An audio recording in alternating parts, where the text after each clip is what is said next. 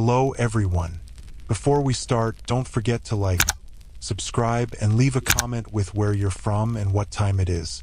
That way, YouTube will keep showing you stories like this. Now, let the shadows take over.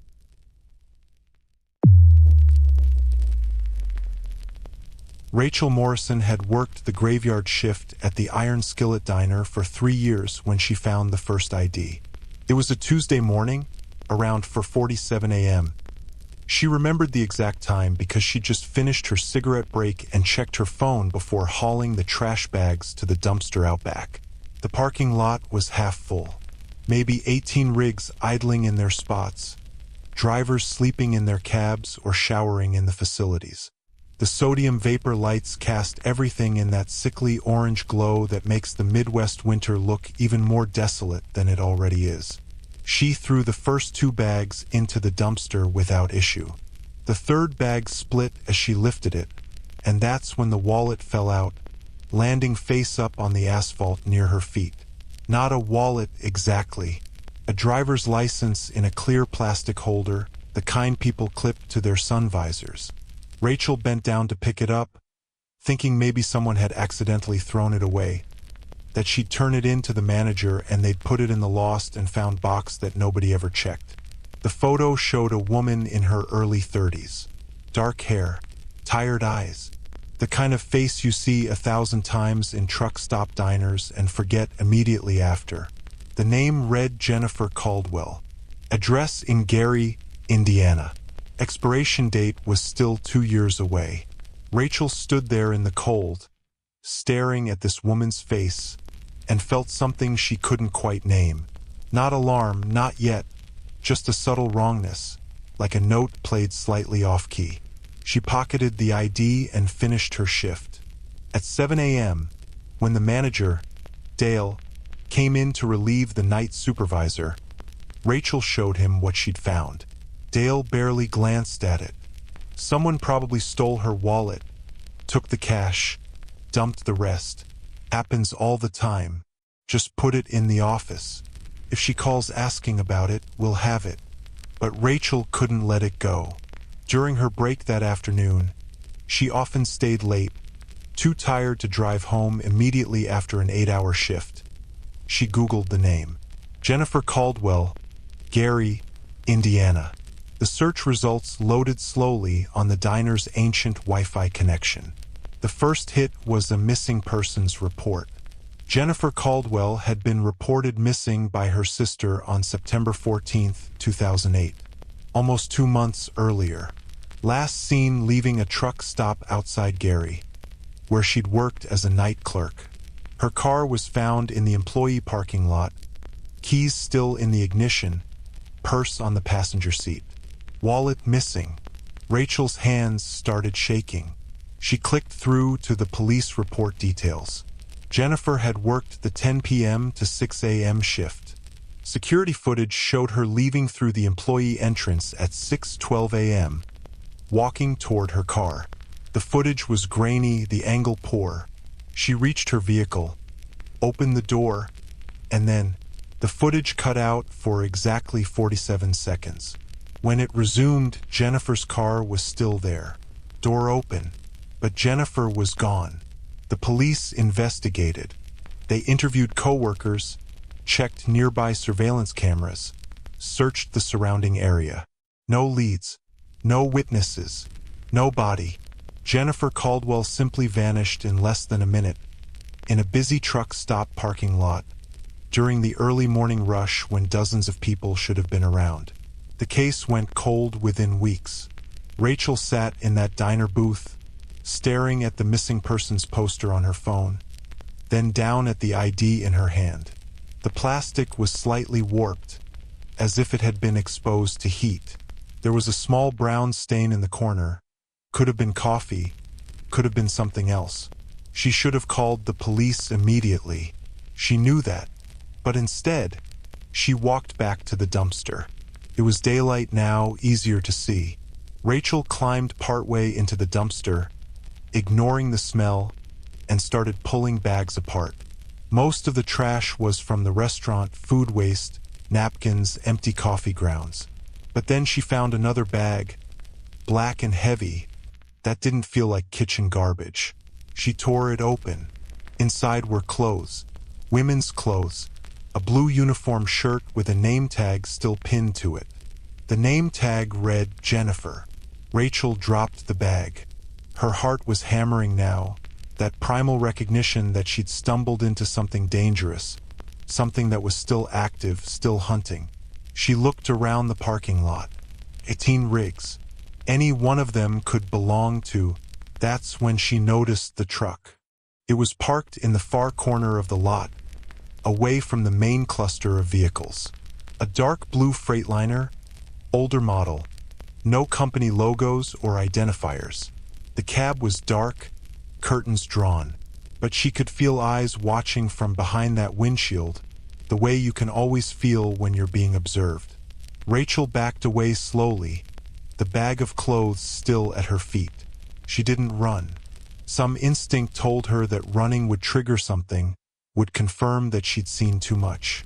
She walked back into the diner at a measured pace, her spine rigid, expecting at any moment to hear footsteps behind her, to feel a hand on her shoulder. Nothing happened. Inside, she went straight to Dale's office and closed the door. She told him everything, the ID, the missing persons report, the clothes in the dumpster. He listened with increasing concern, then picked up the phone and called the Iowa State Police. 2 troopers arrived within 20 minutes. Rachel led them to the dumpster, showed them the bag. They documented everything, took her statement, asked if she'd noticed anything else unusual. She told them about the blue Freightliner. They walked to the parking lot together.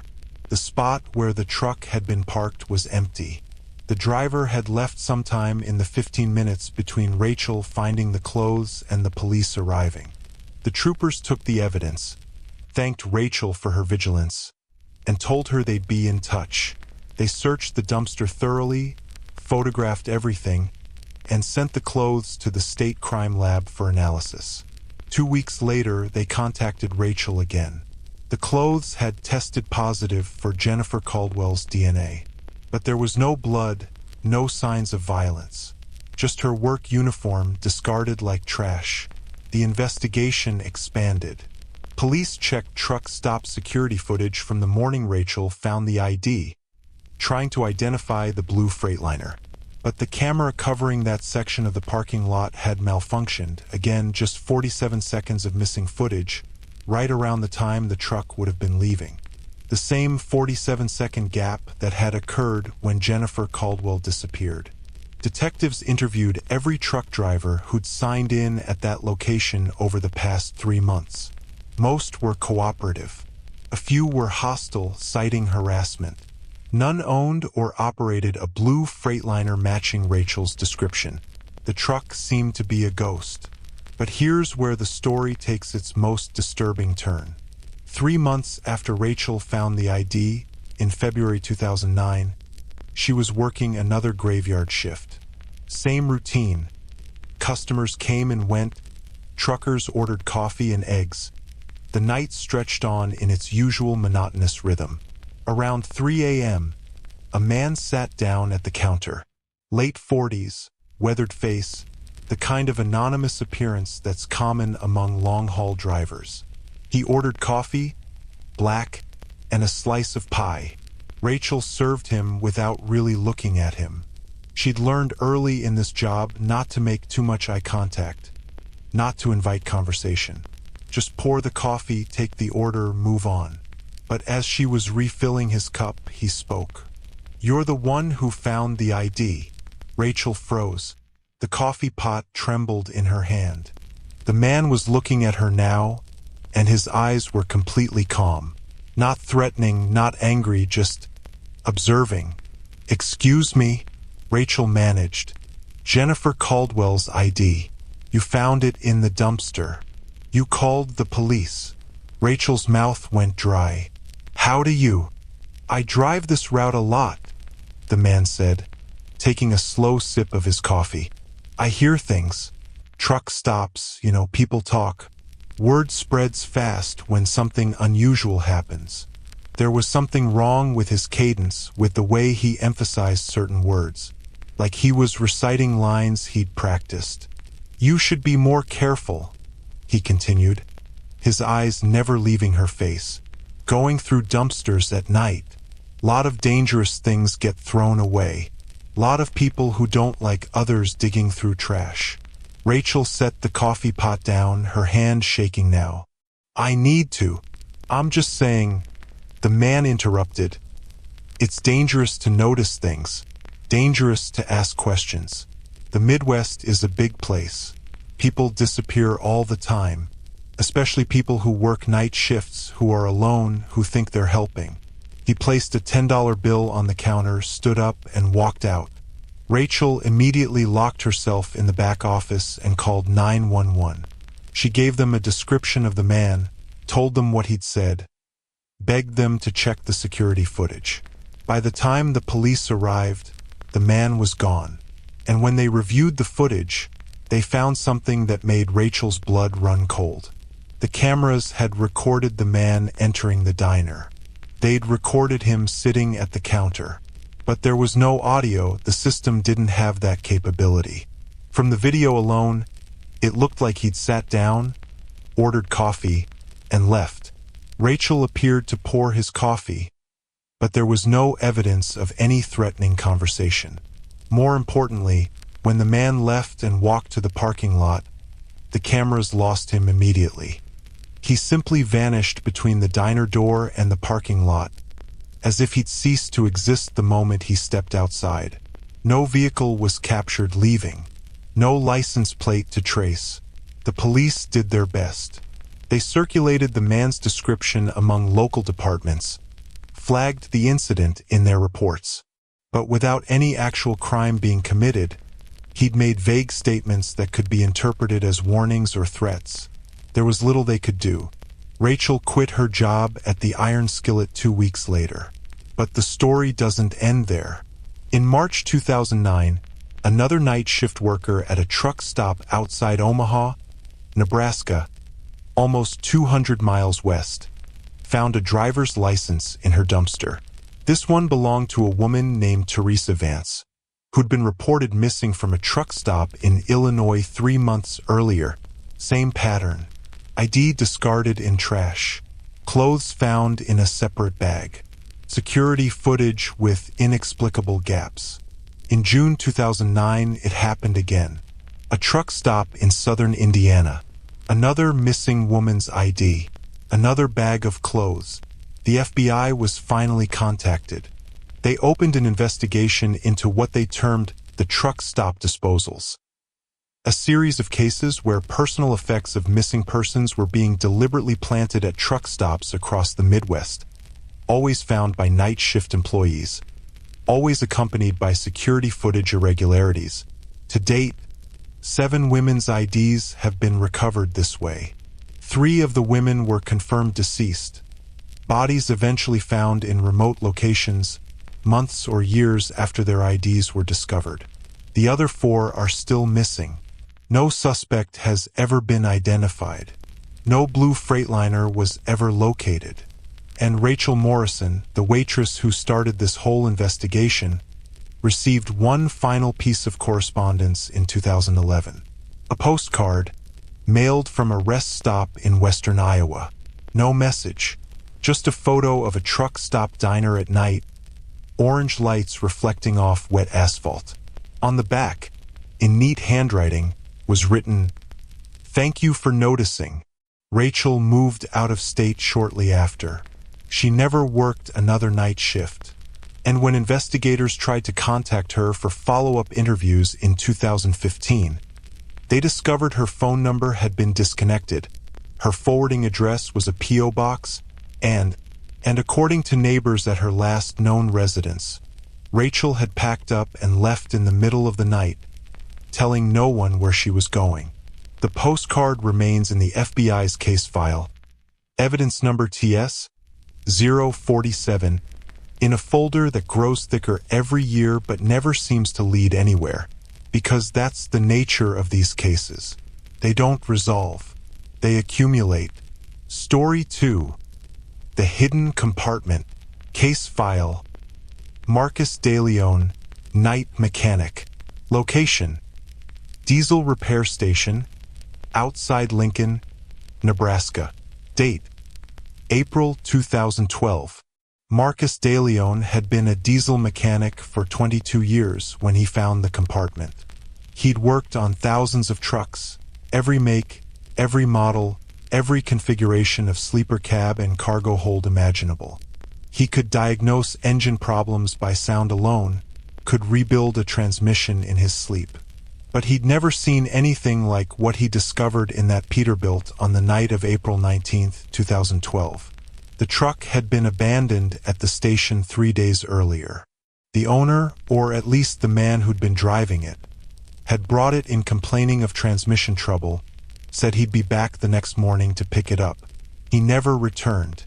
After 72 hours, per station policy, Marcus's boss authorized him to do a full diagnostic and repair, with the cost to be billed to the truck's registered owner. Standard procedure for when drivers ghost their vehicles. Marcus started the work around 11 p.m. The station was quiet. His coworker had called in sick, leaving him alone for the night shift. Just him, the fluorescent shop lights, and the smell of grease and diesel fuel that had long ago become comforting rather than noxious. The transmission issue was minor, easily fixed within an hour. But as Marcus was doing his final inspection, checking the cargo area to make sure everything was secure before he moved the truck to the completed bay, he noticed something odd about the interior dimensions. The sleeper cab felt smaller than it should have been. Marcus had worked on this model of Peterbilt dozens of times. He knew the standard dimensions, but when he measured the interior against the exterior cab length, there was a discrepancy. About 36 inches of space that didn't account for anything. Not the bunk, not storage compartments, not mechanical components. 36 inches of nothing. He grabbed his flashlight and started examining the walls more carefully. The paneling looked original, factory installed. But when he pressed on the back wall of the sleeper compartment, he felt a slight give, a flex that shouldn't be there in a solid structure. Marcus ran his hands along the edges, searching for seams. It took him 20 minutes to find the release mechanism. A small metal tab hidden behind the mattress support bracket, the kind of thing you'd never notice unless you were specifically looking for it. He pulled the tab. The back wall of the sleeper cab swung open on concealed hinges. Behind it was a space approximately 3 feet wide, 3 feet tall, and 4 feet deep. Completely hidden from casual inspection. Professionally installed.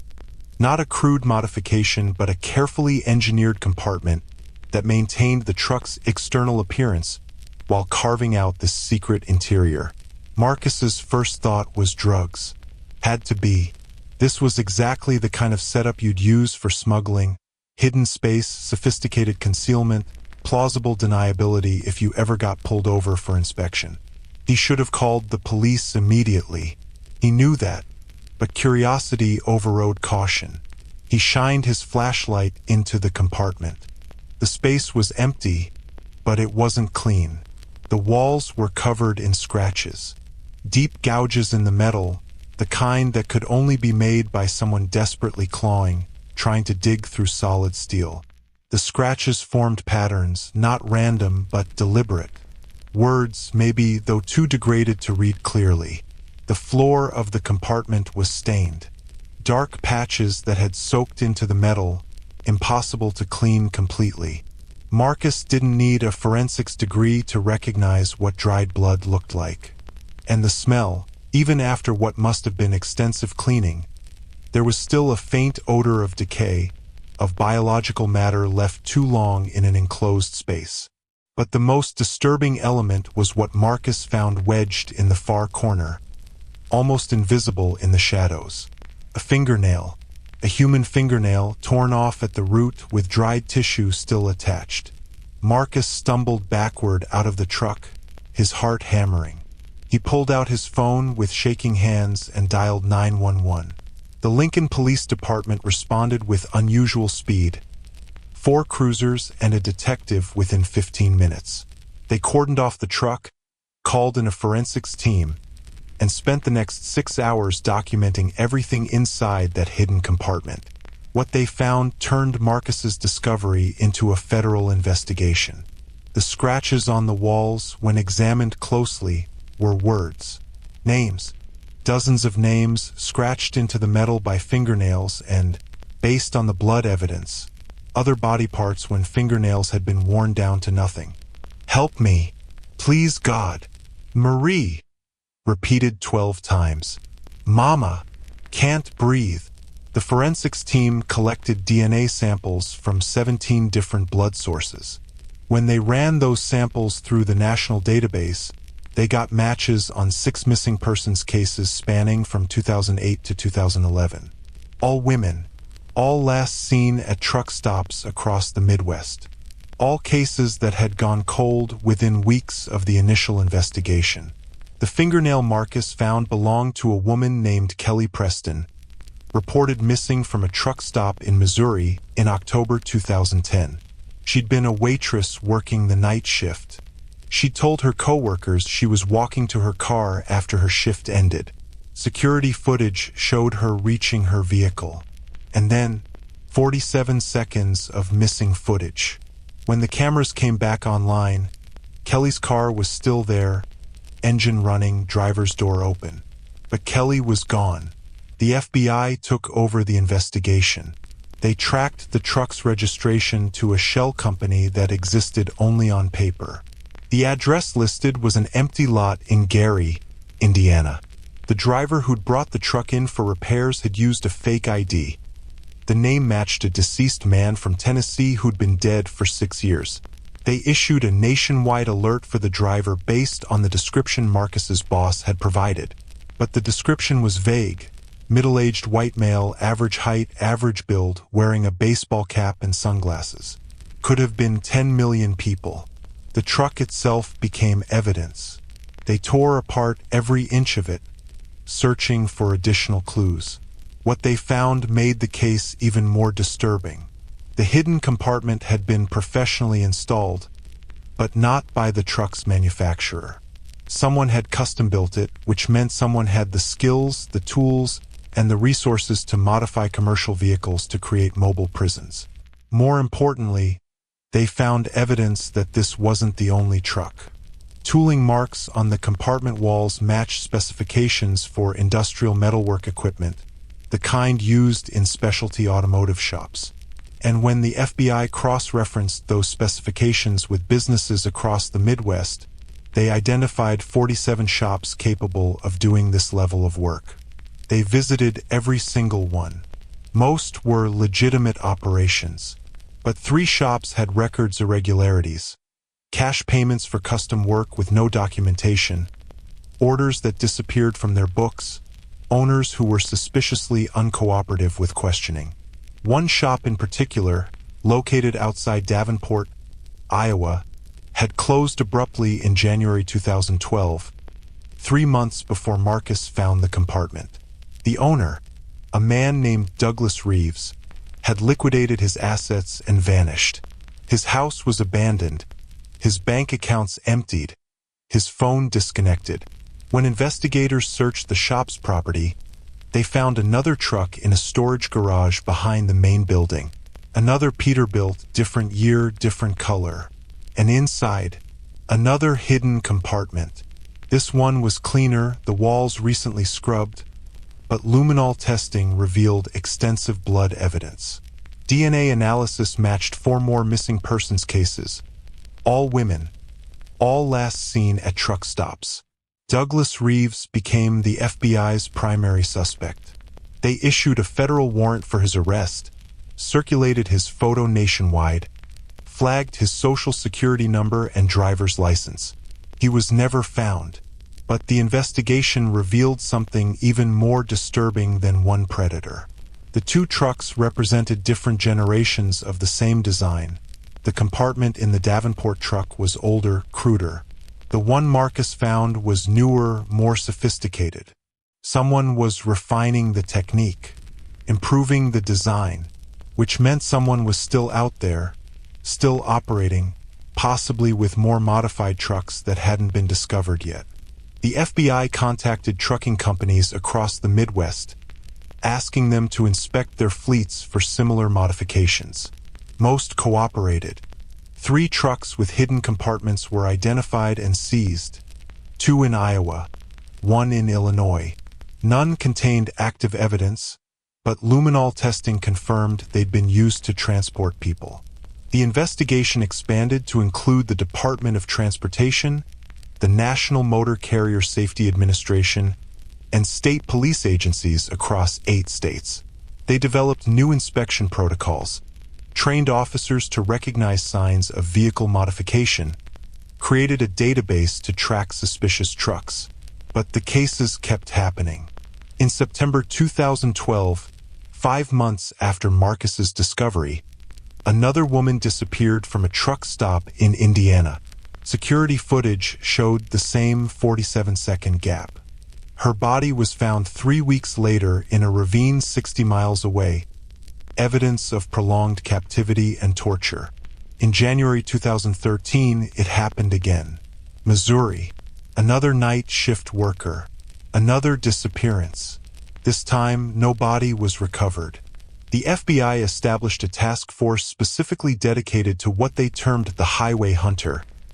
Their profile suggested a long-haul trucker with mechanical expertise, knowledge of security systems, and the ability to blend seamlessly into truck stop culture.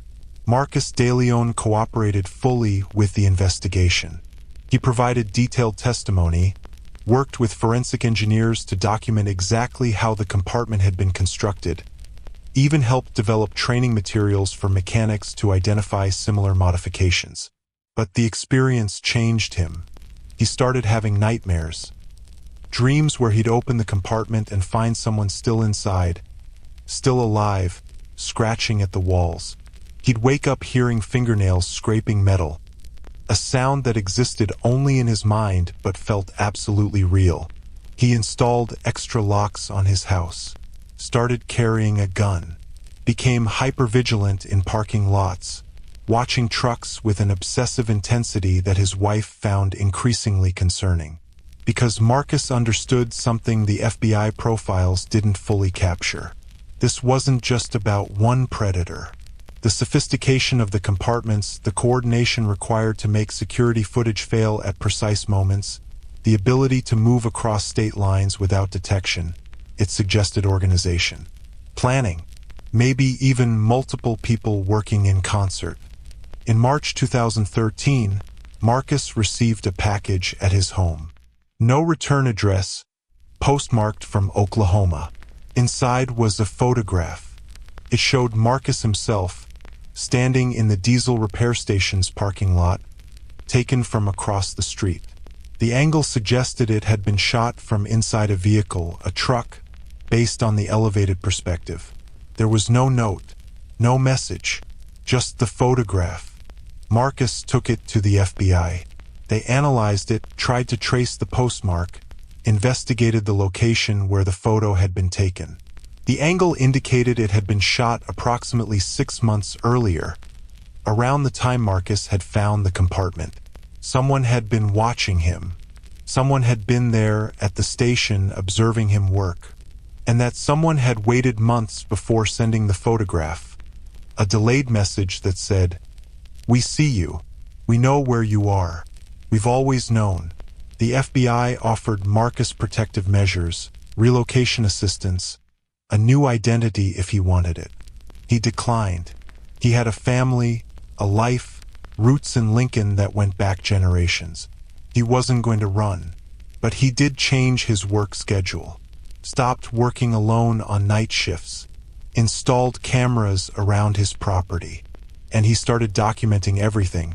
Every truck that came through the station, every driver who seemed even slightly off, every vehicle with unusual modifications. He created a private database, a log of observations that he shared with the FBI task force.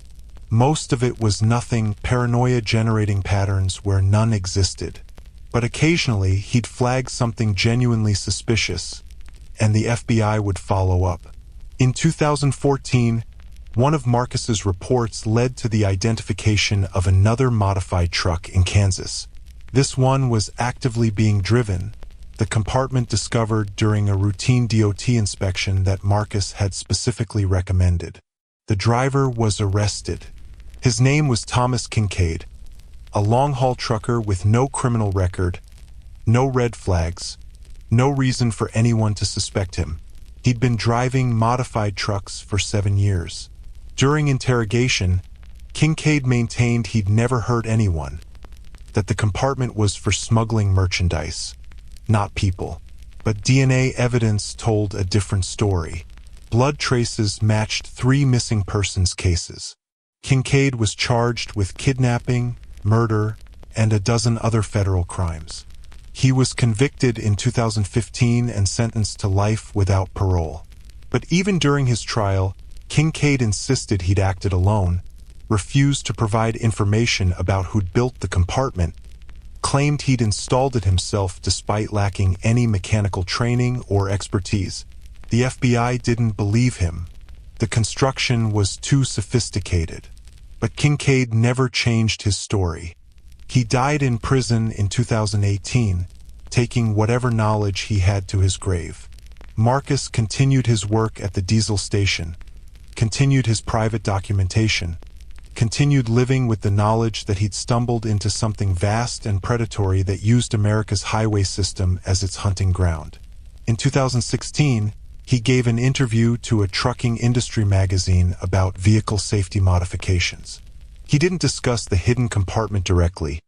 The FBI had asked him to maintain operational security, but he emphasized the importance of thorough inspections, of noticing irregularities, of reporting suspicious modifications.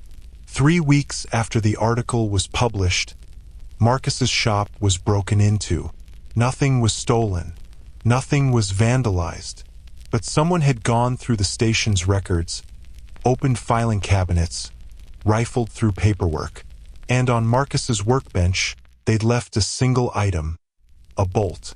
A specific type of bolt used in the construction of hidden compartments, the same kind found in the truck Marcus had discovered 4 years earlier. A calling card, a reminder, a message that said, "We're still here, we're still watching." Marcus reported the break-in to the FBI. They investigated, found no fingerprints, no forensic evidence, no security footage. The cameras had malfunctioned, experienced a technical glitch right during the time of the break-in. 47 seconds of missing footage. The same pattern. Always the same pattern. Marcus DeLeon still works at that diesel station outside Lincoln. He still documents suspicious trucks. He still cooperates with the FBI's ongoing investigation. But at night, when the station is quiet and he's alone with a vehicle he's never seen before, he always checks the measurements first. Always compares interior dimensions to exterior dimensions. Always runs his hands along the walls, searching for seams that shouldn't be there, because he knows they're still out there. The trucks with their secret spaces. The drivers who know how to make footage disappear. The system that's been operating for years, maybe decades, hiding in plain sight among the millions of commercial vehicles that cross America's highways every day. The FBI's Highway Hunter Task Force remains active. They've identified 17 modified trucks since 2012. They've made 6 arrests. They've solved 11 cold cases. But the disappearances continue. The 47-second gaps in security footage continue. And somewhere out there, on a dark highway in the Midwest, another truck is rolling through the night, carrying its invisible cargo, hunting for the next person who'll vanish without a trace. Marcus knows this because he received one more message in 2019 on the 7-year anniversary of his discovery. Another postcard mailed from a rest stop in Wyoming. No words, just a photograph of 17 trucks parked in a massive lot at night, lined up in perfect rows, their dark cabs like sleeping predators. And written on the back, in that same neat handwriting from the postcard Rachel Morrison received, There are always more. Story 3. The radio frequencies. Case file. David Porter, long-haul trucker. Location: I-80 corridor, Iowa/Nebraska border.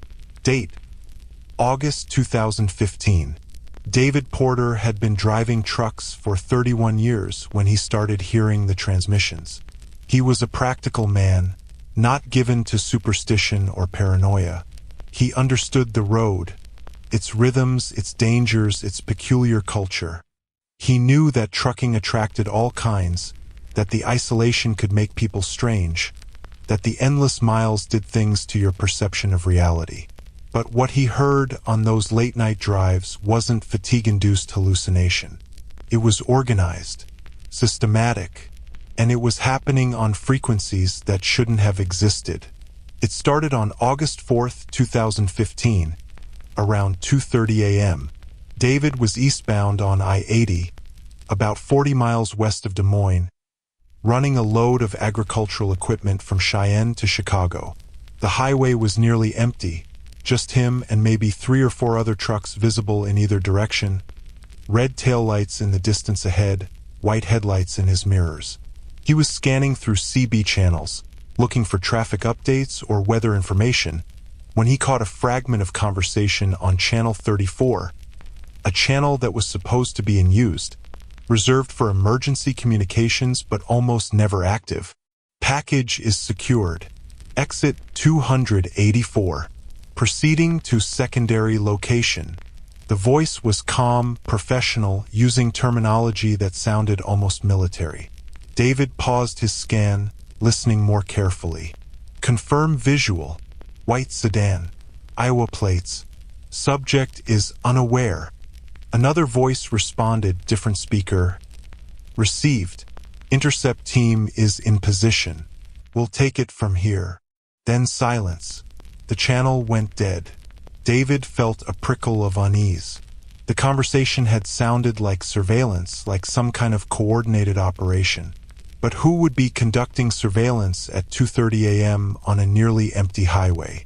He checked his mirrors. The truck behind him was at least half a mile back. Nothing unusual. He scanned the road ahead, just empty asphalt disappearing into darkness.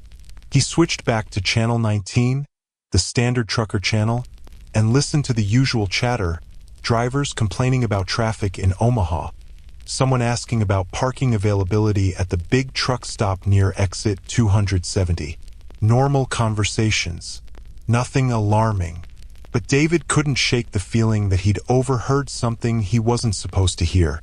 3 nights later, same route, approximately the same location, he heard another transmission on Channel 34. Subject extracted. No complications. Transport vehicle is clean.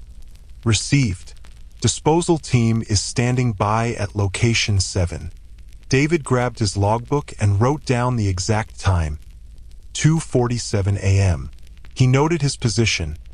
Mile marker 267, eastbound I-80.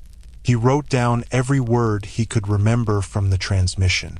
This time he tried to respond. Keyed his microphone and said, "Breaker 34, this is eastbound Dave. You got your ears on." No response. The channel was silent, as if no one had been transmitting at all. But David knew what he'd heard. And the terminology, subject extracted, disposal team, that wasn't normal trucker language. That was something else entirely. He started listening to Channel 34 every night, documenting every transmission he caught. Over the next 2 months, he recorded 23 separate conversations, always between 2 a.m. and 4 a.m., always on the same stretch of I-80 between mile markers 250 and 290. The transmissions followed patterns. Package secured. Location specified. Subject extracted. Confirmation. Transport vehicle is clean. Status update. Proceeding to secondary location. Movement notification. Disposal team standing by. Final stage. David started mapping the locations mentioned in the transmissions. Exit numbers, mile markers, truck stops. He plotted them on a road atlas connecting the dots. What emerged was a network, a route system that paralleled the main highway but focused on specific locations, rest stops, truck stops, remote exits that led to rural areas. The same locations kept appearing: exit 284, exit 306, a particular truck stop at mile marker 271. And when David cross-referenced those locations with his own experience, he realized something chilling. He'd been to most of those places. They were standard stops on his regular routes. Places where he'd fueled up, grabbed coffee, took bathroom breaks. Places where he'd never noticed anything unusual. But then, he'd never been looking. In October 2015, David decided to stake out one of the locations. Exit 284, a small rest stop that the transmissions mentioned repeatedly. He adjusted his schedule, timed his drive to arrive at that exit around 2:30 a.m., and pulled into the rest stop's truck parking area. It was a modest facility, a single building with bathrooms and vending machines, parking for maybe 20 trucks, no fuel station. At 2:30 a.m., there were 6 other trucks in the lot, all dark, drivers presumably sleeping. David kept his engine running, stayed in his cab, and watched. For an hour, nothing happened. The rest stop was quiet. A few cars came and went, travelers using the bathrooms, people letting their dogs out for a quick walk. Normal activity. Then, at 2:47 a.m., the exact time he'd noted in his logbook, a white pickup truck pulled into the rest stop and parked near the building, away from the truck parking area. David watched through his passenger mirror. A man got out of the pickup, middle-aged, wearing jeans and a windbreaker. Nothing unusual. He walked toward the building, like he was heading to the bathroom. But he didn't go to the bathroom. He walked past the building, into the shadows behind it, and disappeared from view. David waited. 5 minutes. 10 minutes. The man didn't come back. Then David's CB radio crackled to life. Channel 34. Package is secured. Exit 284. Proceeding to secondary location. David's blood ran cold. That was the exact phrase from the transmission he'd heard 2 months earlier. Same location. Same channel. He grabbed his CB microphone, switched to channel 34, and responded, "Breaker 34. This is eastbound, Dave. What's your 20? Silence. David tried again. Breaker 34. I'm at exit 284. I hear you loud and clear. What's going on? For a long moment, nothing. Then a voice responded, and it wasn't one of the voices from the previous transmissions. Eastbound, Dave. The voice was calm, measured. You should leave. Now.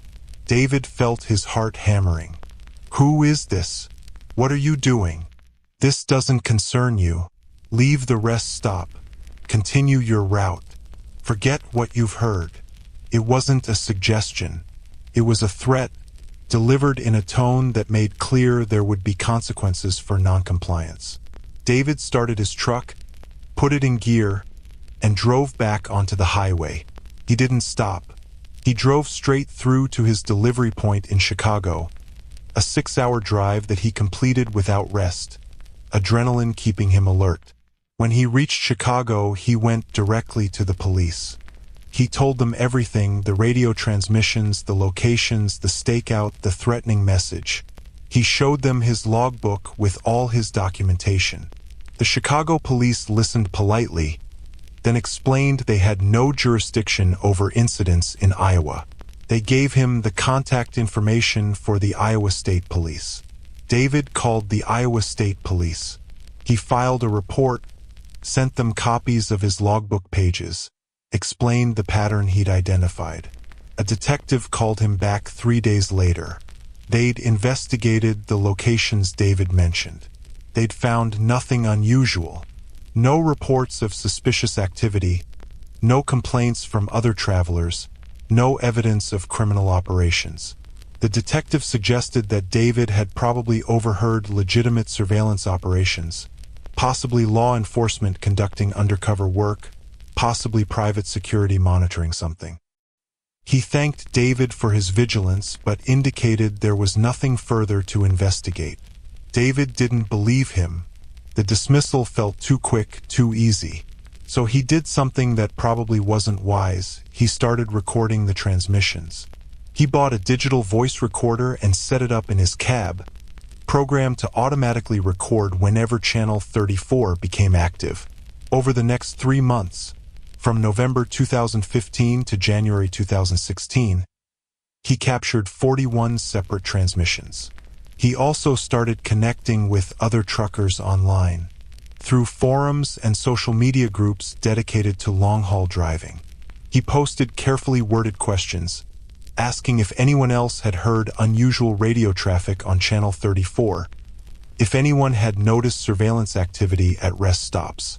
Most responses were dismissive. A few suggested he was hearing encrypted law enforcement transmissions. Several people called him paranoid, but 3 truckers reached out privately.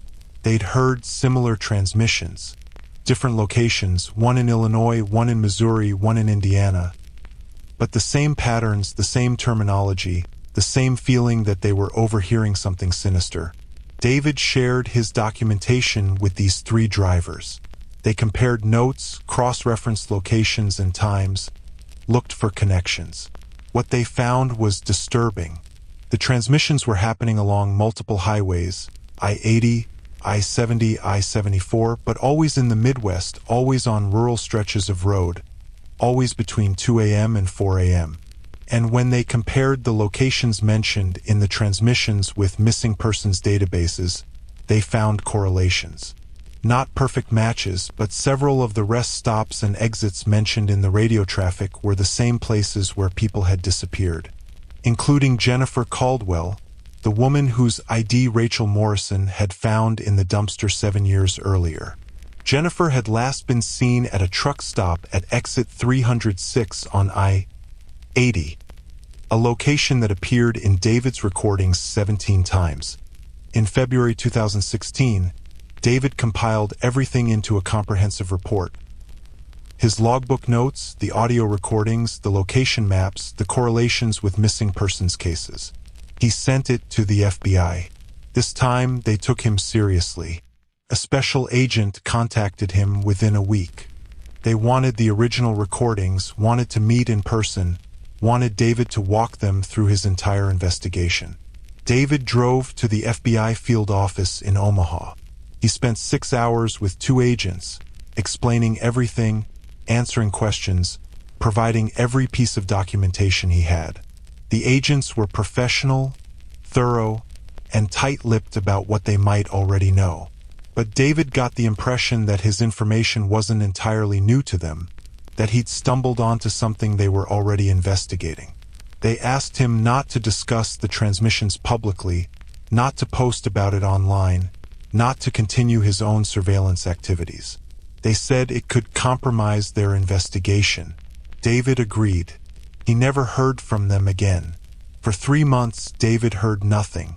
No follow-up calls, no requests for additional information, no updates on the investigation. He continued driving his routes, continued monitoring Channel 34, but he stopped recording, stopped documenting as the FBI had requested. The transmissions continued. Same patterns, same terminology, same chilling professionalism. In May 2016, David received a message through one of the trucker forums. A private message from an anonymous account, created that same day. Stop listening. Stop documenting. Stop asking questions. This is your only warning. David screenshot the message and tried to respond, but the account had already been deleted. He reported it to the FBI agent he'd met with. He called the number he'd been given, left voicemails, sent emails. No response. 2 weeks later, David's truck broke down on I-80, just outside Des Moines. Transmission failure, completely unexpected in a truck that had just passed inspection. He called for a tow, got the truck to a repair shop, and they told him it would take 2 days to fix. While waiting for repairs, David stayed at a nearby motel. On the second night, he went out for dinner, came back around 9 p.m., and found his motel room had been entered. Nothing was stolen. His laptop was still there, his wallet, his phone.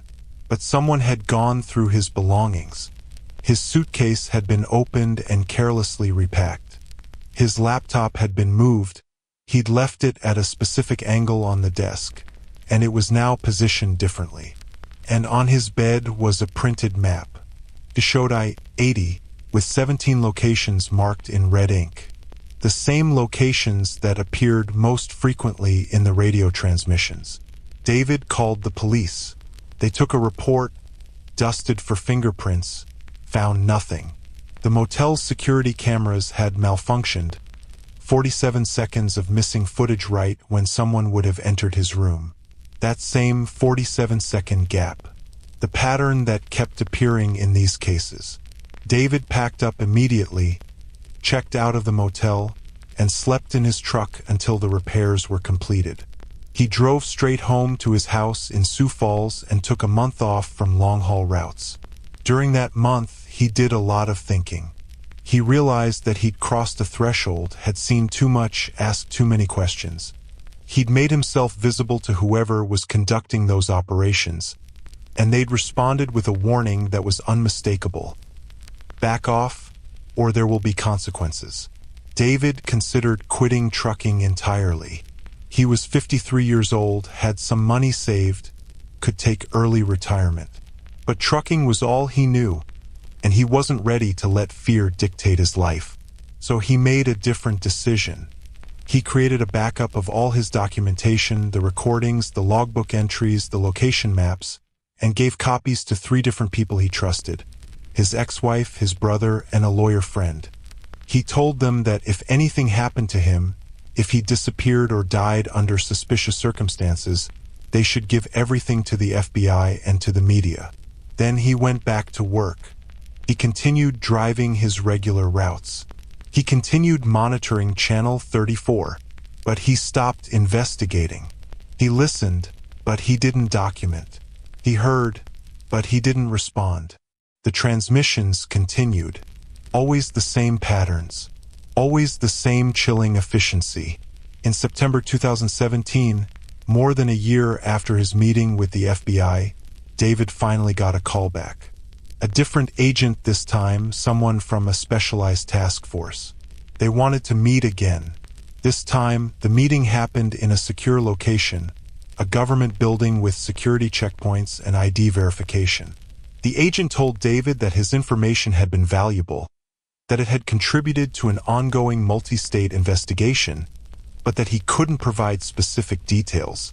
What the agent could tell him was this: the transmissions David had recorded were part of a sophisticated network, one that had been operating for years, possibly decades.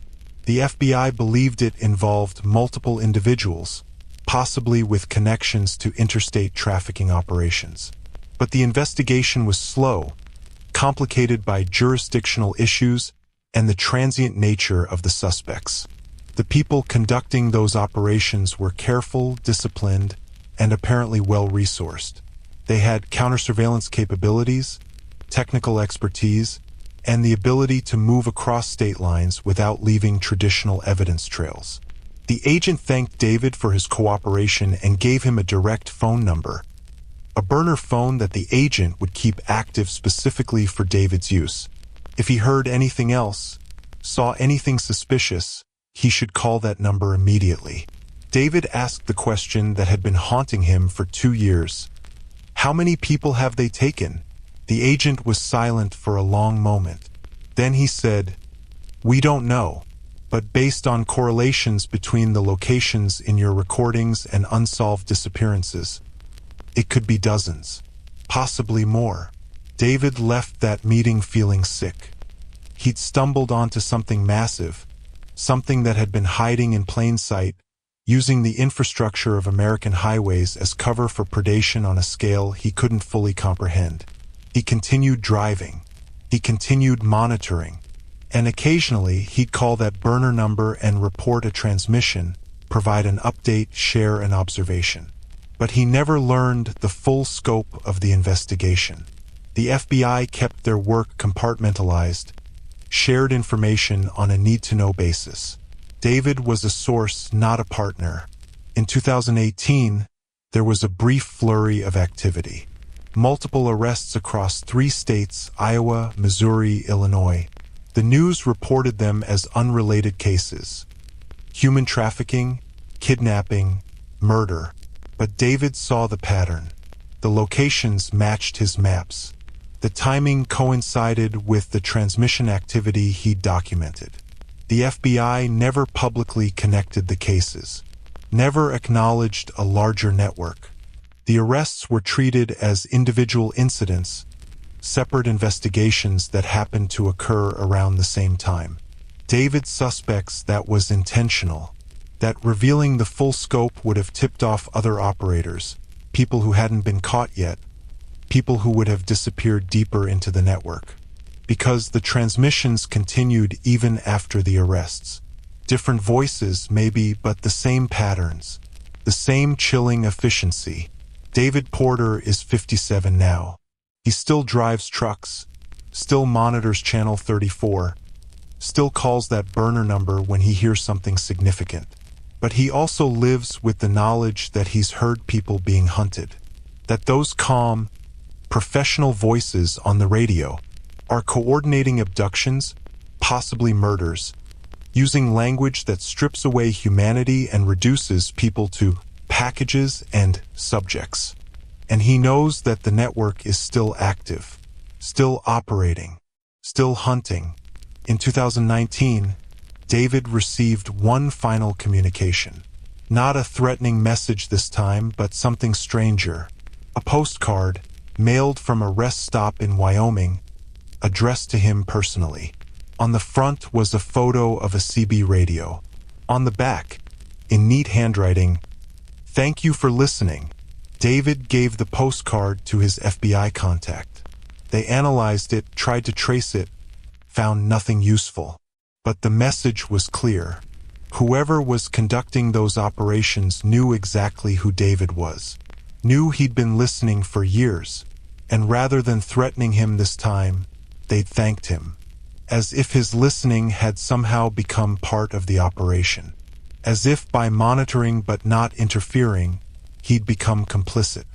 That thought haunts David more than any of the threats, the possibility that his caution, his decision to listen without acting, had allowed more people to disappear.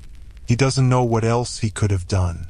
He'd reported everything to the FBI. He'd provided every piece of evidence he had. He'd risked his own safety to document a pattern that law enforcement had struggled to identify. But the transmissions continue. And sometimes, late at night on an empty highway, when he hears those voices discussing packages and subjects and disposal teams, David wonders if he should respond. If he should key his microphone and say something, do something, interrupt their operations even if it puts him at risk. But he never does, because he knows how this ends for people who interfere too directly. He's seen the pattern. He's documented the consequences. So he listens. He documents privately.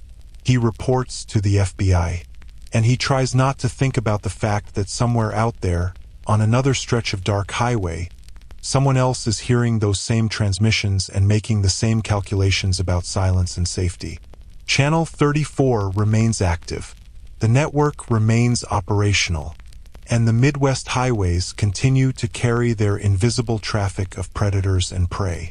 Story 4. The Repeated Encounter. Case file. Angela Chun, gas station night attendant. Location: truck stop station, outside Terre Haute, Indiana. Date: March 2014. Angela Chin noticed him on a Tuesday night, 11:47 p.m. She remembered the exact time because she just started her shift, had just finished restocking the coffee station when the man walked in.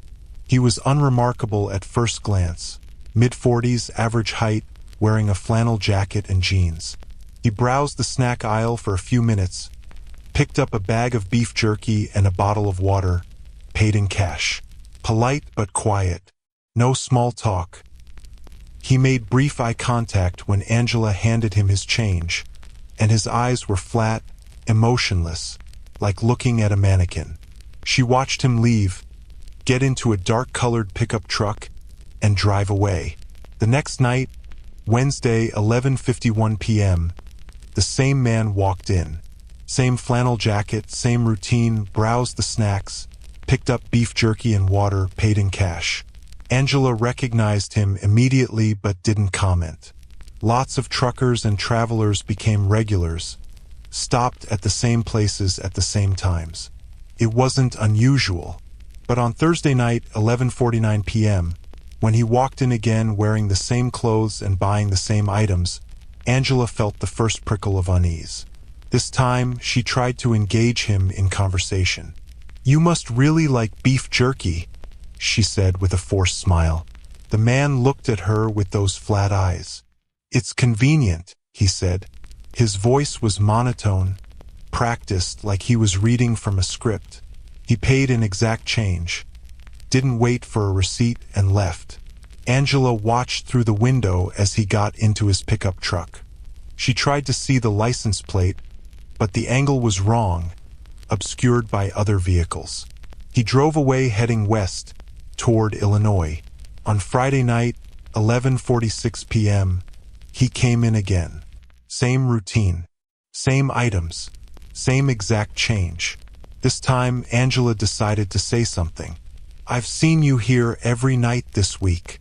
The man paused, holding the beef jerky. He looked at her with an expression that wasn't quite a smile.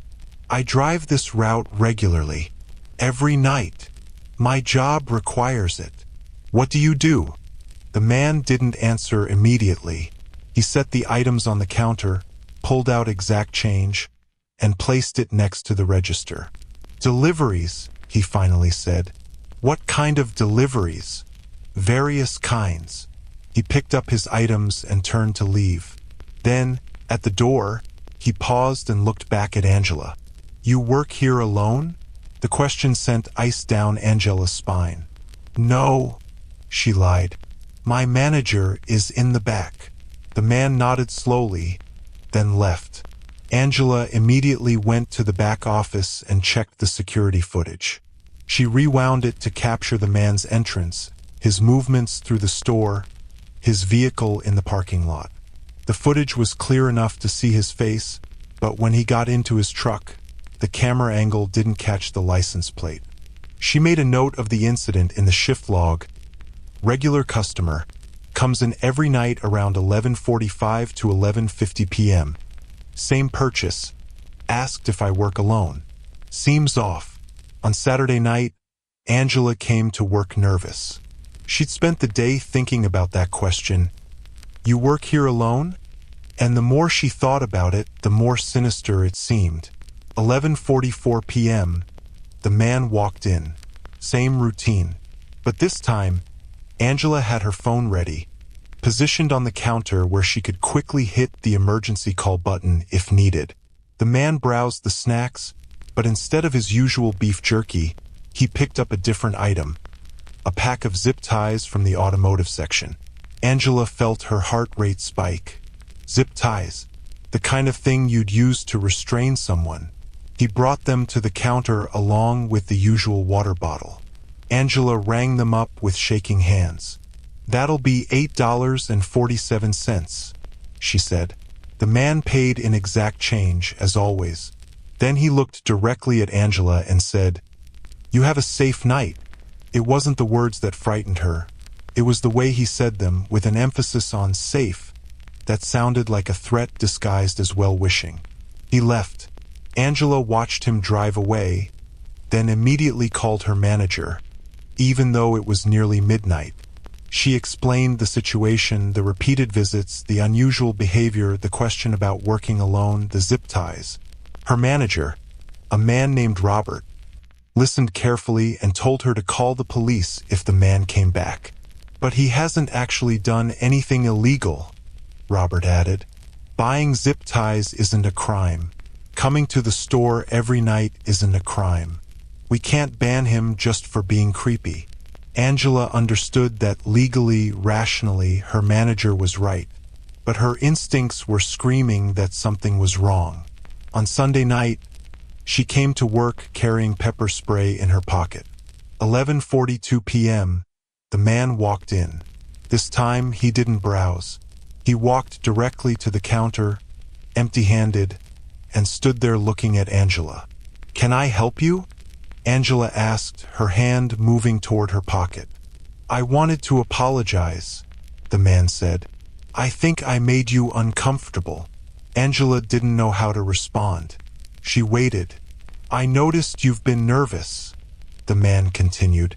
"I want you to know that you're right to be careful. A young woman working alone at night, you should be vigilant." The way he said it, acknowledging her fear, validating her caution, somehow made it worse. It was like he was playing a game, toying with her, enjoying her discomfort. "I'm fine," Angela said, trying to keep her voice steady. "Is there something you need?" The man smiled, and for the first time his expression showed emotion. But it wasn't friendly. It was satisfied, like he'd accomplished something. "No," he said, "just wanted to check in. You have a safe night." He left without buying anything. Angela locked the door behind him, against store policy, but she didn't care and called 911. The police arrived within 10 minutes. 2 officers, both male, both taking her report seriously. She showed them the security footage, described the encounters, explained her concerns. The officers were sympathetic but honest. The man hadn't committed any crime. Being creepy wasn't illegal. They could increase patrols in the area, drive by more frequently, but without actual threatening behavior or an outstanding warrant, there wasn't much they could do. They did run the vehicle description, dark pickup truck, possibly a Ford or Chevy, no visible markings, through their database, but without a license plate, it was useless. Thousands of vehicles matched that description. The officers suggested Angela request a different shift or ask for additional staff during late-night hours. They gave her their direct numbers and told her to call immediately if the man returned.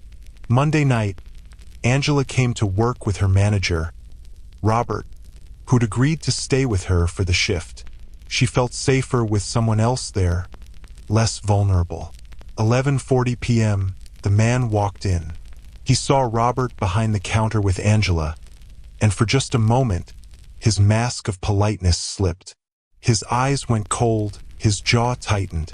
Then he smiled, nodded at them both, and left without buying anything. "Jesus," Robert muttered. "I see what you mean.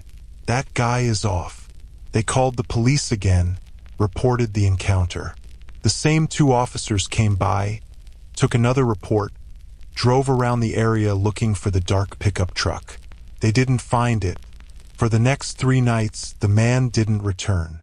Angela started to relax, started to think maybe he'd moved on, found a different route, lost interest. Then, on Friday night, exactly 1 week after his last visit, he came back. 11:38 p.m. Same routine. But this time, he brought something with him. A Polaroid camera. He walked through the store, and every few steps, he'd raise the camera and take a photo. Not of products, not of displays, of security camera positions. He was documenting the surveillance system, mapping out where the cameras were pointed, identifying blind spots. Angela watched from behind the counter, paralyzed. Robert had left after the previous night's shift, convinced the man had given up. She was alone again. The man finished his circuit of the store, then approached the counter. He set the Polaroid camera down in front of Angela. "You have 7 cameras in this station," he said.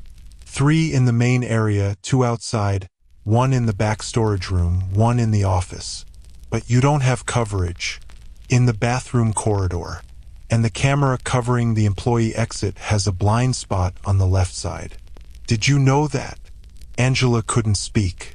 Her hand was in her pocket, gripping the pepper spray, but she felt frozen. You should tell your manager, the man continued, his voice still calm and measured. It's a security vulnerability. Someone could exploit it. He picked up the camera, smiled at Angela with that satisfied expression, and left.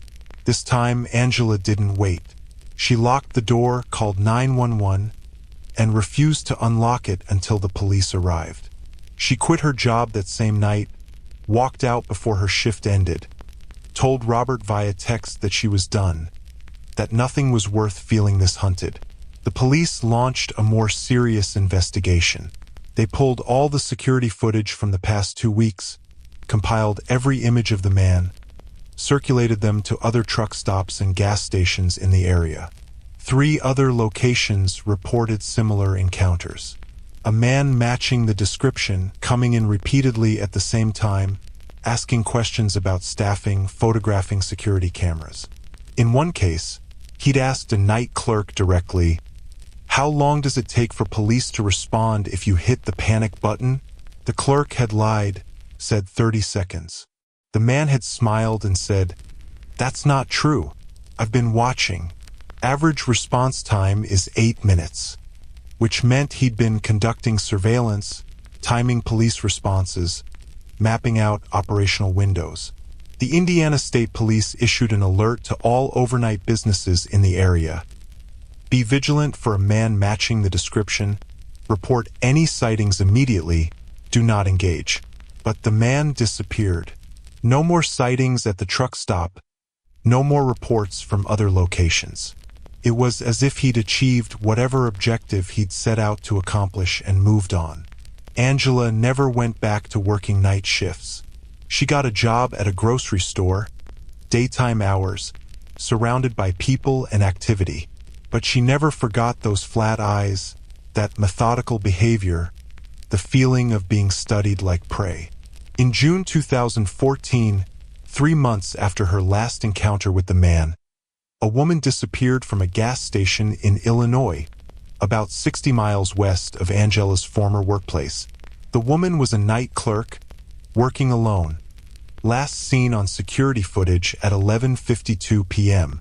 The next frame, 47 seconds later, showed the store empty, the clerk gone, the register undisturbed. Her body was found 2 weeks later in a rural area, evidence of prolonged captivity and torture. The investigation revealed that the killer had detailed knowledge of the gas station's layout, had avoided all camera angles, had exploited a blind spot in the surveillance system to abduct the clerk without being recorded. When Angela saw the news coverage, she recognized the location. It was one of the 3 places where the man had been reported conducting similar surveillance activities. She contacted the Indiana State Police, told them about her experiences, suggested the cases might be connected. They took her statement, thanked her for the information, and added it to the investigation file. But the killer was never caught. The case remains unsolved. Angela has moved twice since 2014, once to a different city, then to a different state entirely. She's never posted about her experiences on social media, never discussed them publicly beyond her police statements. But in 2017, she received a package at her new address. No return address, postmarked from a truck stop in Kentucky. Inside was a Polaroid photograph. It showed Angela herself, taken recently, walking to her car outside her new workplace, a place she'd only been employed at for 2 months, in a city she'd only moved to 3 months earlier. The photo had been taken from across the parking lot, from an elevated angle suggesting it had been shot from inside a truck. On the back of the Polaroid, in neat handwriting, "Still working day shifts, I see. Smart choice."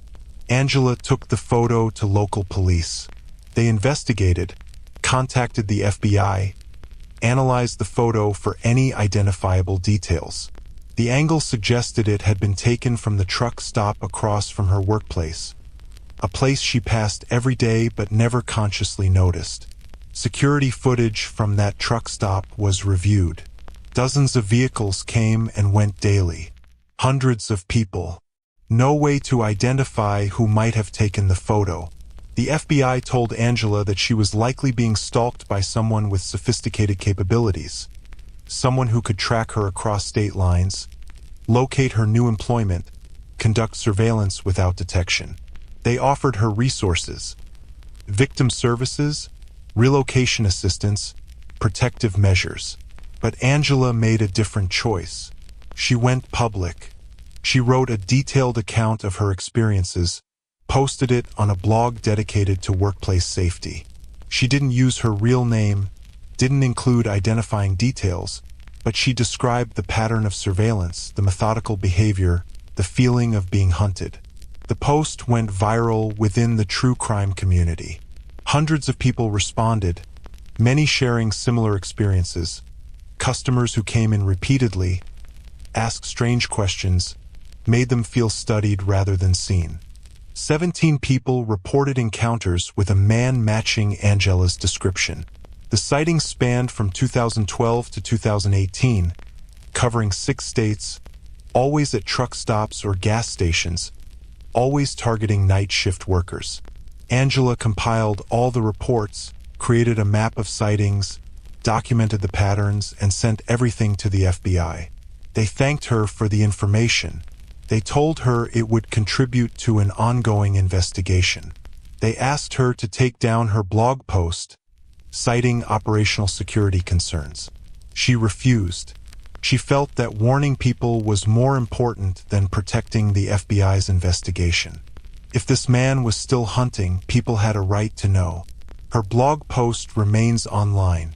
It's been shared thousands of times, referenced in true crime podcasts, discussed in forums dedicated to missing persons cases.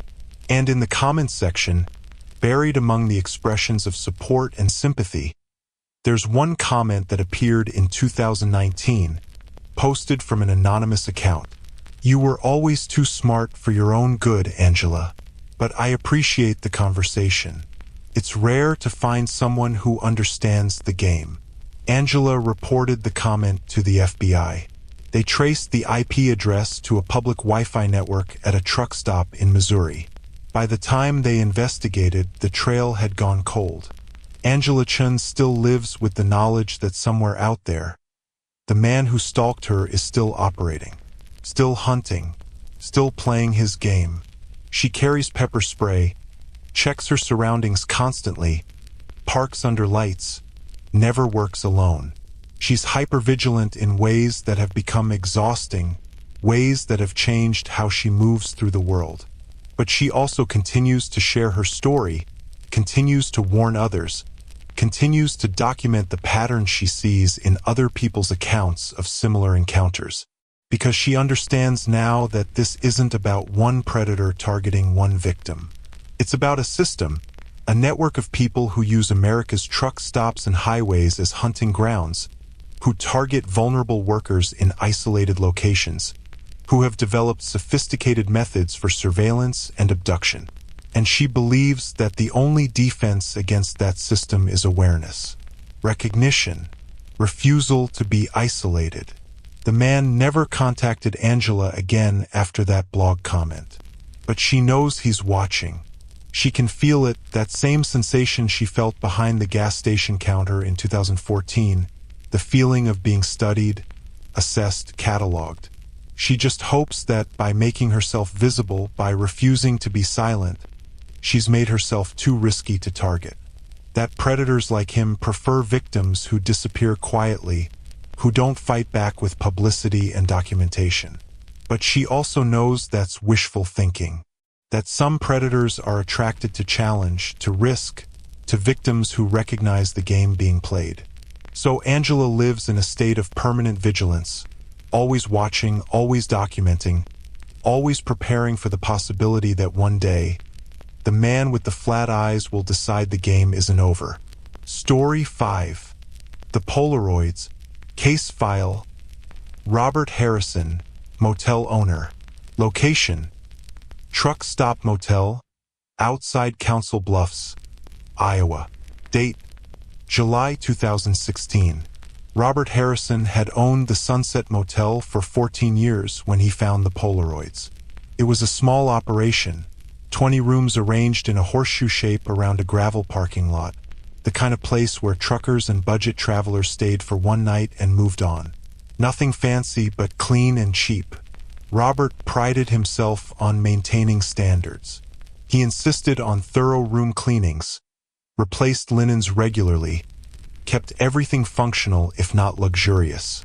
He'd built a steady customer base of regular truckers who appreciated reliability. Room 14 had been occupied for 3 nights by a trucker named, according to the registration, James Miller. Paid cash, provided a driver's license that looked legitimate, kept to himself. On the morning of July 23, 2016, Miller checked out early, around 5:30 a.m., leaving his key in the drop box. Robert's cleaning staff arrived at 9 a.m. Maria, one of his most thorough housekeepers, started with the recently vacated rooms. She entered room 14 and immediately noticed it was unusually clean. Bed made, towels folded, no visible trash or disorder. But when Maria moved the nightstand to vacuum behind it, she found a manila envelope that had slipped down between the nightstand and the wall. She opened it, expecting maybe documents or paperwork that the guest had accidentally left behind.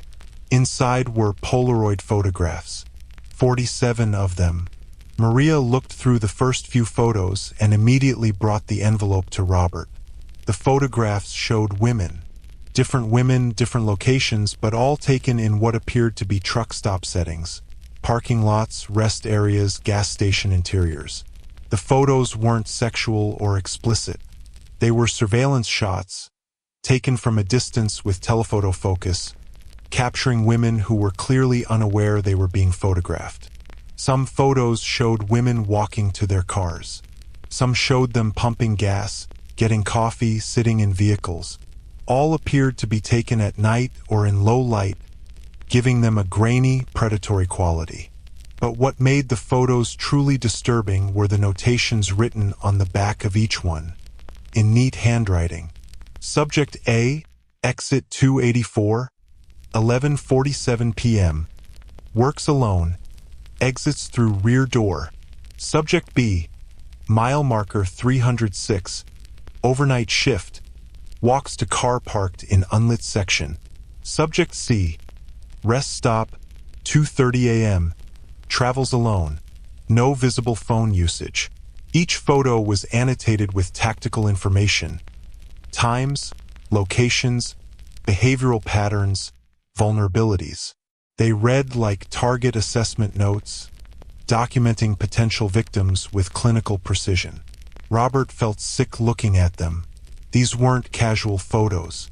They were surveillance records, hunting logs, documentation of stalking behavior.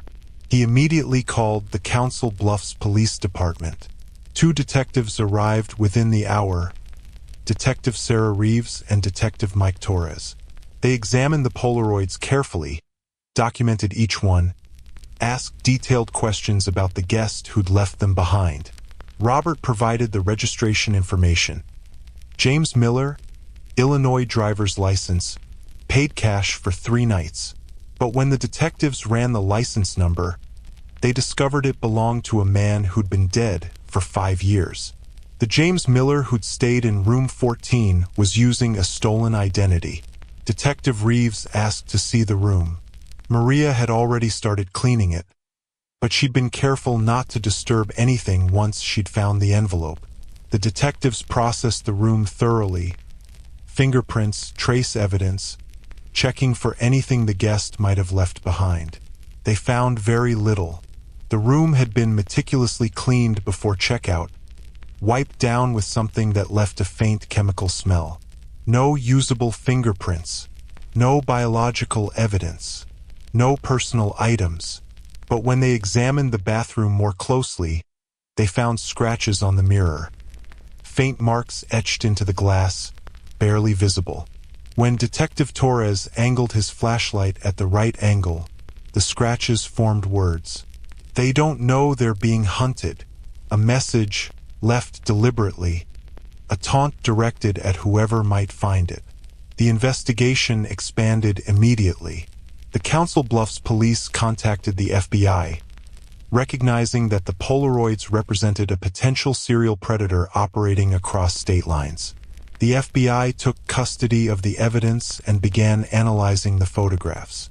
They identified 12 of the locations shown in the images, all truck stops, rest areas, and gas stations in Iowa, Nebraska, and Illinois. They cross-referenced those locations with missing persons databases.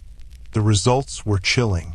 7 of the locations matched places where women had disappeared over the past 4 years. Not all the women in the Polaroids were missing. Some were identified and contacted, found to be safe, completely unaware they'd been photographed. But 3 of the women in the photos were confirmed missing persons. Their cases had gone cold. No leads, no suspects, no bodies recovered. Until now. The FBI launched a task force dedicated to identifying James Miller and tracking his movements. They circulated the fake ID information, searched for other hotels or motels where he might have stayed, checked security footage from the truck stops shown in the Polaroids. They found multiple sightings. James Miller, or whatever his real name was, had stayed at 7 different motels over the past 2 years, always for 2 to 3 nights, always paying cash, always using fake IDs that belonged to deceased individuals. At 3 of those motels, staff reported that he'd been unusually interested in security systems, asking questions about camera coverage, inquiring about how long footage was retained.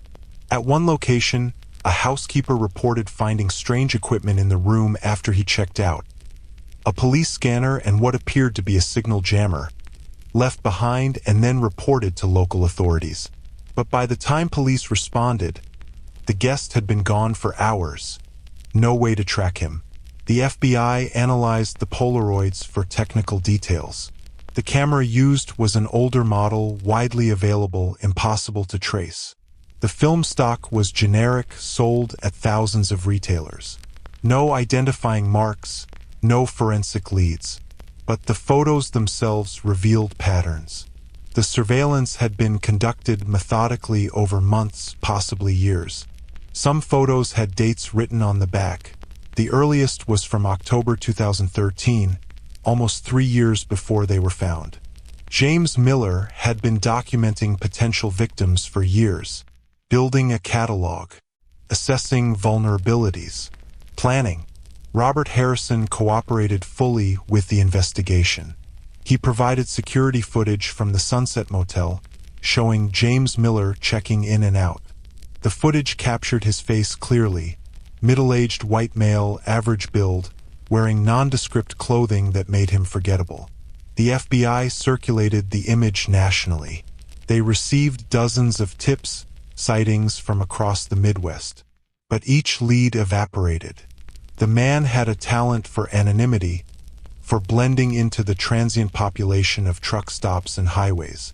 In August 2016, 1 month after the Polaroids were found, a woman matching one of the photos disappeared from a gas station in Nebraska. The photo from the envelope showed her pumping gas, annotated with Subject D, works rotating shifts, drives alone, no consistent pattern. Her body was found 3 weeks later. Evidence indicated prolonged captivity, torture, and eventual murder. The FBI confirmed that the victim matched the woman in Polaroid number 23. The case attracted national media attention. News outlets reported on the Polaroid killer, a predator who documented his targets before abducting them, who left evidence behind as taunts, who operated across multiple states with apparent impunity. Robert's motel became infamous. Business dropped dramatically.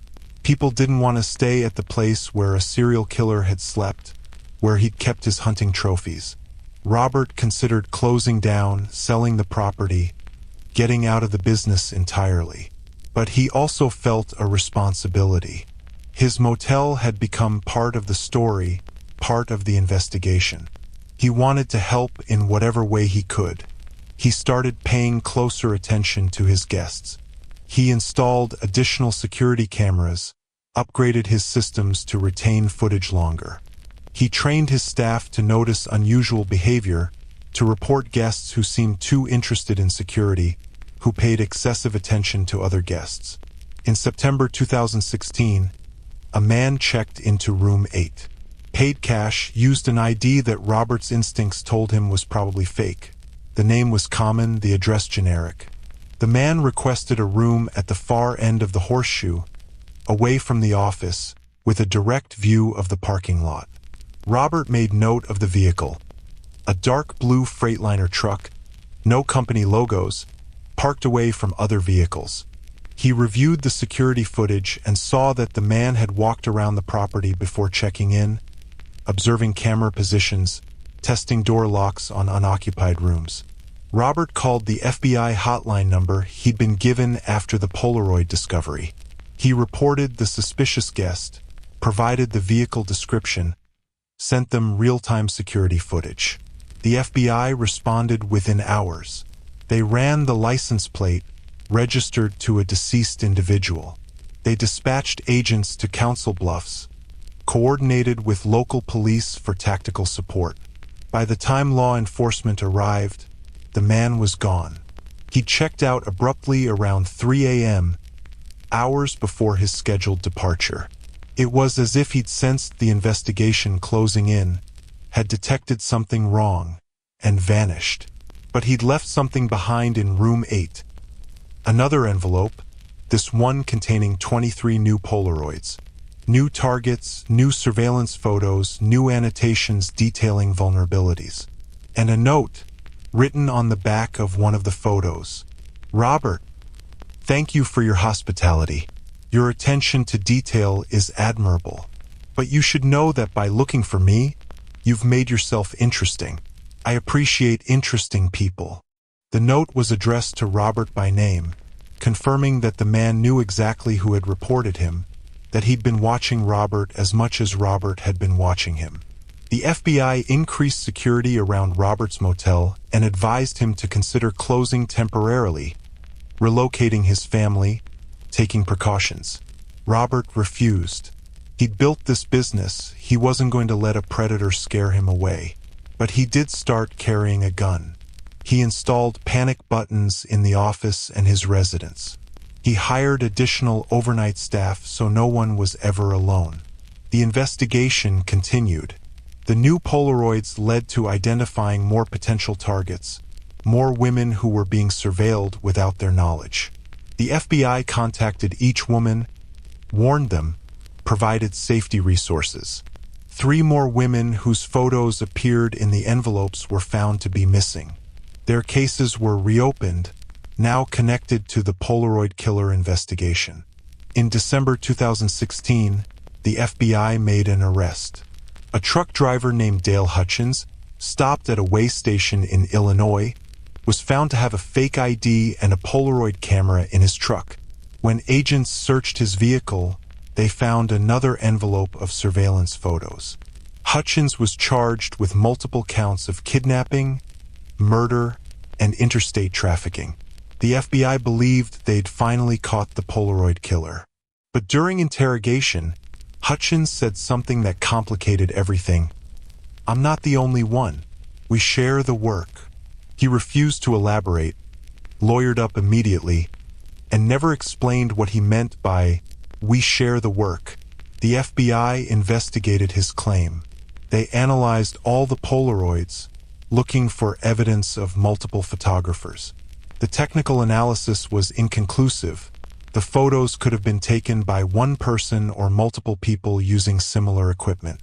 But the handwriting on the annotations varied. Subtle differences that suggested at least 3 different people had written the notes on the backs of various photos, which meant the Polaroid killer might not be a single individual but a network. Multiple predators coordinating their surveillance, possibly sharing information, working together. Hutchins was convicted in 2018 and sentenced to life without parole. But he never provided information about alleged accomplices. He maintained that he'd acted alone, despite evidence suggesting otherwise. The Polaroids stopped appearing after Hutchins's arrest. No new envelopes were found at motels, no new surveillance photos discovered. But the women kept disappearing. In 2017, 3 women vanished from truck stops in the Midwest. Same patterns, same 47-second gaps in security footage, same feeling of organized predation. The FBI believes that Hutchins was one node in a larger network, and that network is still operational. Robert Harrison still owns the Sunset Motel. Business slowly recovered as the media attention faded and news stories replaced the Polaroid killer in the news cycle. But Robert never stopped being vigilant. He reviews security footage every morning, studies every guest who checks in, notices patterns that might indicate surveillance or predatory behavior. And he keeps a locked file cabinet in his office containing copies of all the Polaroids found at his motel. The FBI has the originals, but Robert kept copies, not as trophies, but as reminders. Reminders that evil doesn't announce itself, that predators look ordinary, that the infrastructure of American travel, truck stops, motels, highways, can be used as hunting grounds. In 2019, Robert received a postcard mailed from a truck stop in Wyoming. No message, just a photo of the Sunset Motel taken from across the highway, an elevated angle suggesting it had been shot from a truck cab. On the back, in familiar neat handwriting, "Still watching, still appreciating your attention to detail." Robert gave the postcard to the FBI. They added it to the case file, tried to trace it, found nothing. But the message was clear. The network was still active, still watching, still hunting. And Robert Harrison, a motel owner who'd stumbled into this horror by finding an envelope behind a nightstand, remains a target. Or perhaps more accurately, remains an observer marked by people who don't like being observed. Story 6. The Phantom Calls. Case file. Lisa Montgomery, truck dispatch operator. Location: Regional Dispatch Center, Omaha, Nebraska. Date: January 2017. Lisa Montgomery had worked as a dispatch operator for Midwest Regional Trucking for 9 years when she started receiving the calls. She'd handled thousands of communications over the years, route changes, breakdown reports, delivery confirmations. She knew the rhythms of the job, knew how drivers communicated, knew what normal sounded like. The first call came on January 11th, 2017, at 3:17 a.m. Lisa was working the overnight shift, covering the dispatch board alone while the day crew was off. The phone system showed an incoming call from 402-555-0147, a Nebraska area code but otherwise unfamiliar.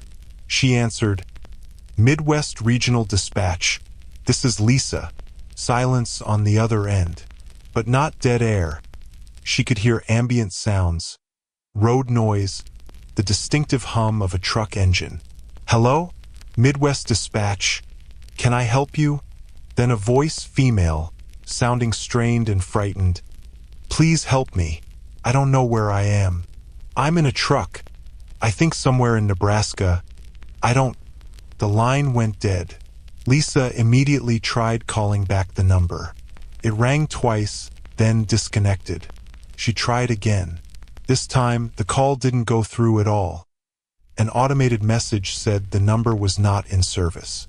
Lisa documented the call in the dispatch log, noting the time, the number, and the brief content. She considered calling the police but wasn't sure what to report. A disconnected call from a woman asking for help could mean anything. Could be a domestic situation, a breakdown, a prank. But the fear in that voice had sounded genuine. Lisa decided to wait and see if the call came again. If it did, she'd gather more information and then contact authorities. 3 hours later, at 6:23 a.m., the phone rang again. Same number, 402-555-0147. Midwest Regional Dispatch, Lisa speaking. This time, the voice was different, male, calm, with an odd echo quality. We have a delivery problem at exit 306. Need assistance. What's the nature of the problem? Lisa asked, pulling up the route map on her screen. What's your truck number? Truck number? The voice paused, as if consulting something. Truck number doesn't matter. What matters is exit 306. You should check exit 306. Sir, I need your identification to process any dispatch request. The line went dead. Lisa tried calling back. Again, the number didn't connect. Automated message saying it was not in service. She ran the number through the company database, checking if it matched any registered drivers or client contacts. No matches. She searched the phone company's reverse lookup directory. The number didn't exist. Not disconnected, not unlisted, but literally not assigned to any account. Exit 306 on I-80 was the location that had appeared repeatedly in other cases. The truck stop where Jennifer Caldwell had disappeared, the rest stop David Porter had staked out, the place mentioned in radio transmissions. Lisa felt cold. This wasn't a coincidence. She called the Nebraska State Police and reported both calls. She provided the number, the times, the content of the conversations. The dispatcher took her information and said they'd send a unit to check exit 306. An hour later, the state police called her back. They'd sent a trooper to exit 306. Nothing unusual found. Normal truck stop activity. No disturbances reported. No signs of anyone in distress. But Lisa couldn't shake the feeling that something was very wrong. Over the next week, she received 6 more calls from numbers that didn't exist. Different numbers each time, all with the same pattern. 402 area code, followed by sequences that appeared valid but weren't assigned to any actual phone accounts. The calls varied in content. A woman's voice, "He's taking me somewhere. I heard him say disposal site. Please help." A man's voice, "Check the truck with Iowa plates at mile marker 267. Check the cargo." A woman's voice, "My name is Sarah, Sarah Vance. If anyone hears this, tell my family." Disconnection. A man's voice, "You're being watched. Stop answering these calls." Each call lasted less than 30 seconds. Each number stopped working immediately after the call ended. Lisa documented everything, reported each call to the state police. They were taking her seriously now, had assigned a detective to investigate. They'd contacted the phone company, trying to trace how calls could be coming from numbers that didn't exist. The phone company's technical team was baffled. The calls were registering on Lisa's system, showing caller ID information, connecting through normal cellular networks. But when they traced the numbers, they led nowhere. Ghost numbers that appeared briefly in the system and then vanished. One technician suggested it might be a sophisticated spoofing operation, someone using illegal equipment to fake caller ID information. But even with spoofing, the calls had to originate from somewhere, and they couldn't find any source. In February 2017, Lisa received a call that changed everything. It was 2:43 a.m. The phone rang, displaying 402-555-0198. Lisa answered, pen ready to document. Midwest Regional Dispatch, Lisa speaking. Lisa. The voice was female, calm, and familiar in a way that made Lisa's skin crawl. You've been documenting the calls. That's good. We wanted someone to pay attention. Who is this? What do you want? We're showing you the pattern. The network. How many people disappear without anyone noticing? But you've noticed, Lisa. You're smart. You've connected the calls to the locations, to the missing persons cases. You understand what's happening. Lisa's hand was shaking. Are you holding people? Are those voices real? Some were real. Some were recordings. Some were simulations. Does it matter? Why? Because the system only responds to spectacle. Individual disappearances don't matter, but a pattern, a puzzle, a mystery that gets attention. We're giving you the attention you need to understand what's happening on America's highways. You're killing people to make a point? We're not killing anyone, Lisa. We're hunters. Predators hunt. It's natural. What's unnatural is pretending it doesn't happen. We're making it visible. Lisa felt sick. The police are tracing this call. No, they're not. This number doesn't exist. This conversation is happening in a space outside normal telecommunications infrastructure. When you check your call logs, you'll find there's no record of this conversation. That's impossible. Many things are impossible until you see them, like people disappearing in 47-second gaps, like trucks with hidden compartments, like radio transmissions on channels that shouldn't be active. Impossible things happen all the time, Lisa. You just have to pay attention. The line went dead. Lisa immediately checked her phone system's call log. The most recent call registered was from 20 minutes earlier, a routine check-in from one of the company's actual drivers. There was no record of the call that had just occurred. She looked at her handwritten notes, the documentation she'd been keeping. The times, the numbers, the content, all recorded. But the digital system showed nothing. Lisa called the detective assigned to her case, Detective James Warren, and told him about the call. He came to the dispatch center immediately, at 4 a.m., and reviewed her systems personally. He confirmed what Lisa already knew. No record of the call existed in the digital logs. But Lisa's contemporaneous notes proved she'd received something, talked to someone. Detective Warren arranged for the FBI to install monitoring equipment on Lisa's phone lines, hoping to capture technical data about how these ghost calls were being routed. For 3 weeks, they recorded everything, every call, every data packet, every signal. During those 3 weeks, Lisa received no ghost calls. The phantom numbers went silent. Then, on February 28, 2017, exactly as the FBI was preparing to remove their monitoring equipment, deemed a failed experiment, the calls resumed. All at once, Lisa's phone rang continuously for 17 minutes.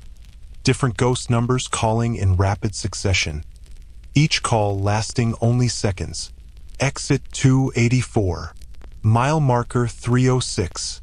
Check the blue Freightliner. They're hunting tonight.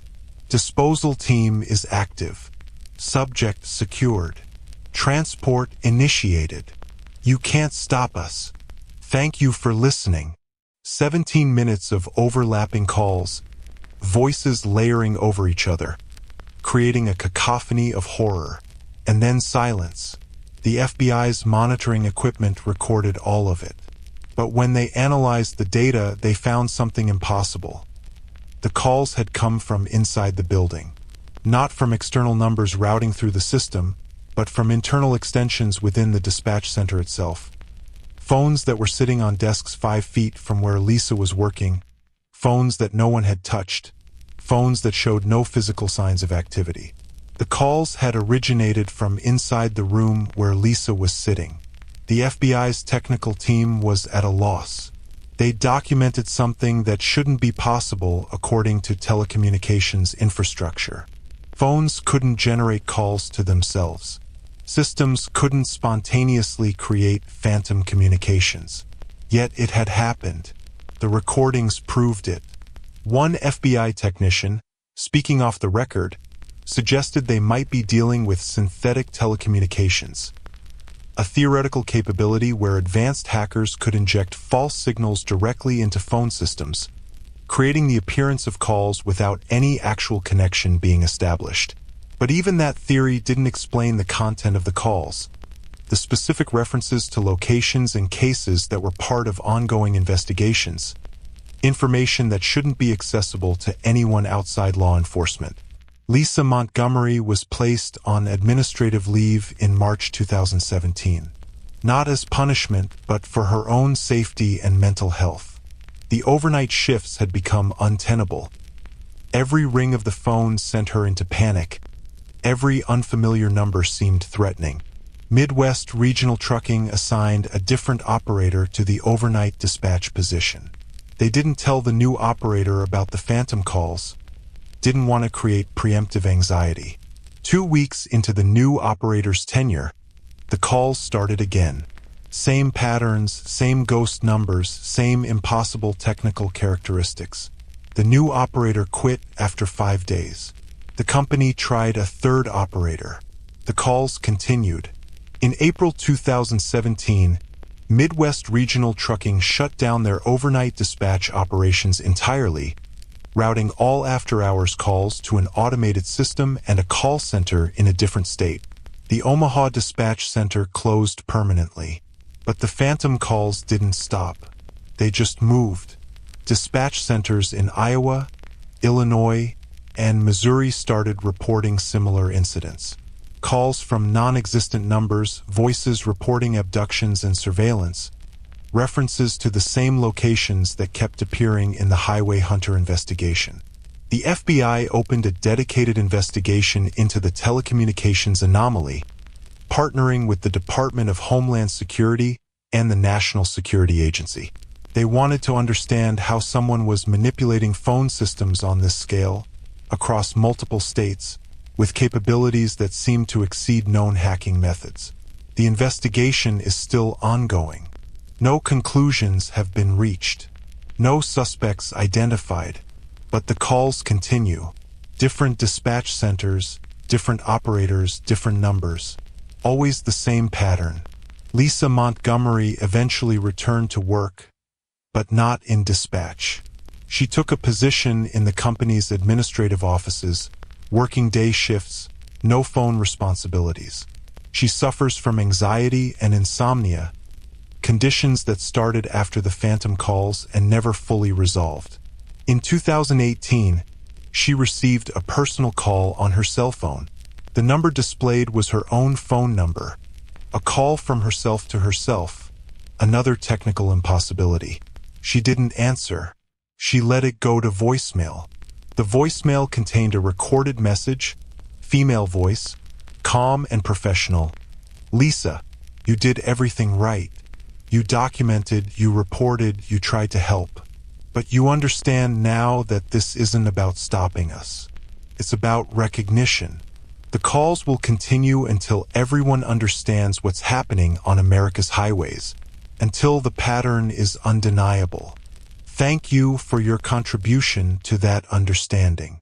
Lisa deleted the voicemail, blocked her own number, an absurd action that did nothing, and tried to move on with her life. But she knows the calls are still happening. She monitors true crime forums, reads reports from other dispatch operators, tracks the ongoing FBI investigation, and she knows that the phantom calls are a symptom of something larger, something that uses technology as a weapon not just for hunting, but for psychological warfare. In 2019, a transcript of one of the phantom calls was leaked online. It spread through true crime communities, dissected and analyzed, turned into content for podcasts and YouTube videos. The transcript showed a conversation between a dispatch operator in Missouri and a ghost number, where the caller provided precise GPS coordinates and said, "If you go to this location, you'll find what's left of Sarah Vance. She's been missing since 2012. We're giving her back to you, because we want you to understand we decide who disappears, and we decide who gets found." The Missouri State Police investigated the coordinates. They found human remains, later identified through dental records as Sarah Vance, missing for 7 years. The discovery confirmed what Lisa had suspected. The phantom calls weren't just psychological operations. They were communications from people who had access to information only the killers would know. The calls were coming from the network itself. The predators were using the phone system as another tool, another way to exert control, to demonstrate their reach and capabilities. Lisa Montgomery lives with the knowledge that she became a conduit for these communications, that her phone system was used as a broadcast channel for horror. She didn't choose that role, didn't do anything to deserve it, but she was selected. And the selection wasn't random, it was deliberate, targeted at someone who would document and report, someone who would take the calls seriously, someone who would become part of the story. Because that's what the network wants: witnesses. People who see the pattern and can't ignore it, who become obsessed with understanding, who spread the knowledge until everyone knows that America's highways aren't safe, that the infrastructure of commerce has been weaponized. Lisa received one final communication in 2020. Not a phone call this time, but a text message from a number that doesn't exist. Thank you for 3 years of service. Your contribution is complete. But the network continues. Always continues.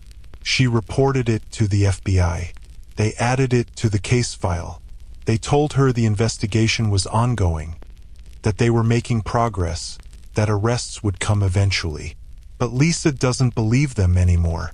She thinks the network is too vast, too sophisticated, too embedded in the systems everyone relies on. She thinks that for every node they shut down, 2 more activate. And she thinks the phantom calls serve a purpose beyond just taunting law enforcement. They're recruiting. They're demonstrating capabilities to other potential predators, showing them what's possible, inviting them to join. The calls are advertisements for horror. Story 7. The network realizes. Case file. Multiple truck drivers. Location: various highways, Midwest region. Date: September 2018. The truckers didn't know each other. They drove different routes, worked for different companies, lived in different cities. But in September 2018, they all realized the same thing at the same time. They were being followed. It started with Tom Brennan, a 48-year-old driver hauling refrigerated goods between Chicago and Denver. He noticed the vehicle on September 4, 2018, somewhere in Nebraska, a dark SUV with tinted windows, staying 3 cars back, matching his speed exactly. At first, Tom didn't think much of it. Highway driving creates coincidental patterns. People travel the same directions at the same speeds. It's normal. But the SUV stayed with him for 200 miles.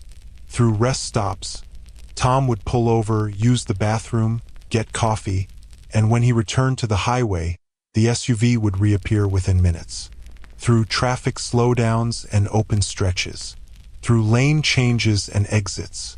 When Tom finally stopped for the night at a truck stop outside Lincoln, the SUV pulled into the same parking lot, parked at the far end, and went dark. Tom felt uneasy but told himself he was being paranoid. He locked his truck, slept poorly, and left early the next morning. The SUV was still there in the same spot, and when Tom pulled onto the highway, it followed again. This continued for 3 more days. Different SUV each day, sometimes dark blue, sometimes black, sometimes gray, but always the same behavior. Maintaining distance, matching speed, appearing at every stop. On September 7th, Tom posted about it in an online trucker forum, asking if anyone else had experienced similar surveillance. He described the vehicles, the pattern, the feeling of being tracked. Within hours, 3 other drivers responded with nearly identical stories. Carlos Mendez, driving between Minneapolis and Kansas City, had been followed by a white pickup truck for 5 days straight. Same pattern, maintaining distance, appearing at every stop, switching out for different vehicles but continuing the surveillance. Jennifer Yu, driving between St. Louis and Omaha, had noticed a pattern of motorcycles, appearing on her routes, different riders but always maintaining visual contact, always present at truck stops where she refueled.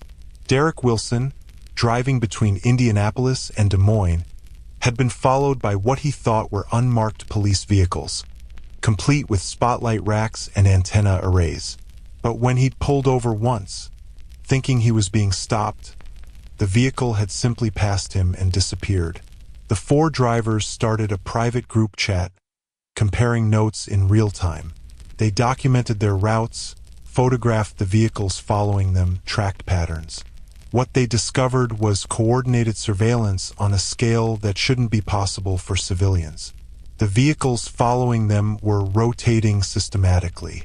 When one following vehicle would peel off, another would take its place within minutes, maintaining continuous coverage. The handoffs were smooth, professional, suggesting radio communication and planning. The drivers were being tracked across state lines by multiple teams working in concert. Tom Brennan decided to test the surveillance. On September 10th, he deliberately deviated from his planned route, taking random exits, doubling back, making unpredictable stops. The following vehicles adapted instantly, staying with him despite his evasive driving, which meant they weren't just following visually, they were tracking him through GPS, possibly through his truck's fleet management system, possibly through his phone. The four drivers expanded their investigation. They recruited 8 more drivers from the trucker forums, people who admitted they'd noticed unusual surveillance but had dismissed it as coincidence. The expanded group of 12 drivers coordinated an experiment. On September 14, 2018, all 12 deliberately drove to the same location, a large truck stop outside Des Moines, arriving from different directions at the same time. They wanted to see if the surveillance would converge, if the following vehicles would reveal themselves by all appearing at the same location simultaneously. The results were disturbing. All 12 drivers reported being followed to the truck stop. But when they arrived and compared notes, they counted 17 surveillance vehicles in the parking lot, more than the 12 that would have been following them individually, which meant there were additional watchers, people who weren't following any specific driver but were monitoring the truck stop itself. The drivers tried to photograph the surveillance vehicles, but whenever they approached with cameras, the vehicles would relocate to different positions, always staying just out of clear photo range. One driver, Carlos Mendez, attempted to confront the occupants of a surveillance vehicle directly. He walked up to a dark blue SUV and knocked on the window. The window rolled down partially, revealing a middle-aged man wearing sunglasses. "Why are you following us?" Carlos demanded. The man looked at him with no expression. "You should leave. Now. I want answers. You're making a mistake. Go back to your truck and leave." Carlos persisted, but the man simply rolled up the window and sat there, saying nothing further. Carlos considered calling the police but realized he had no actual evidence of a crime. Being followed isn't illegal. Parking in a public lot isn't illegal. The 12 drivers regrouped inside the truck stop's restaurant. They discussed their options: report to police, hire private investigators, go public with their story. Tom Brennan suggested they contact the FBI, specifically the Highway Hunter Task Force that was investigating the missing persons cases. Maybe the surveillance was connected to that investigation. The group agreed. Tom called the FBI hotline and explained the situation. 12 truck drivers, all experiencing coordinated surveillance, all driving routes that crossed locations associated with Highway Hunter cases. The FBI took the report seriously. 2 agents drove to Des Moines that same night and interviewed all 12 drivers. They documented the surveillance vehicles, took statements, photographed the parking lot. But by the time the agents arrived, the surveillance vehicles were gone. All 17 had left the lot within minutes of each other, as if coordinated by a signal. The FBI agents told the drivers to remain vigilant, to document any further surveillance, to report immediately if the pattern continued. The surveillance stopped completely. All 12 drivers reported that after the Des Moines meeting, the following vehicles disappeared. Their routes went back to normal, no unusual vehicles, no sense of being watched. It was as if the surveillance had achieved its objective and withdrawn. For 2 weeks, everything seemed resolved. The drivers continued their routes without incident. They kept their private group chat active but had nothing to report.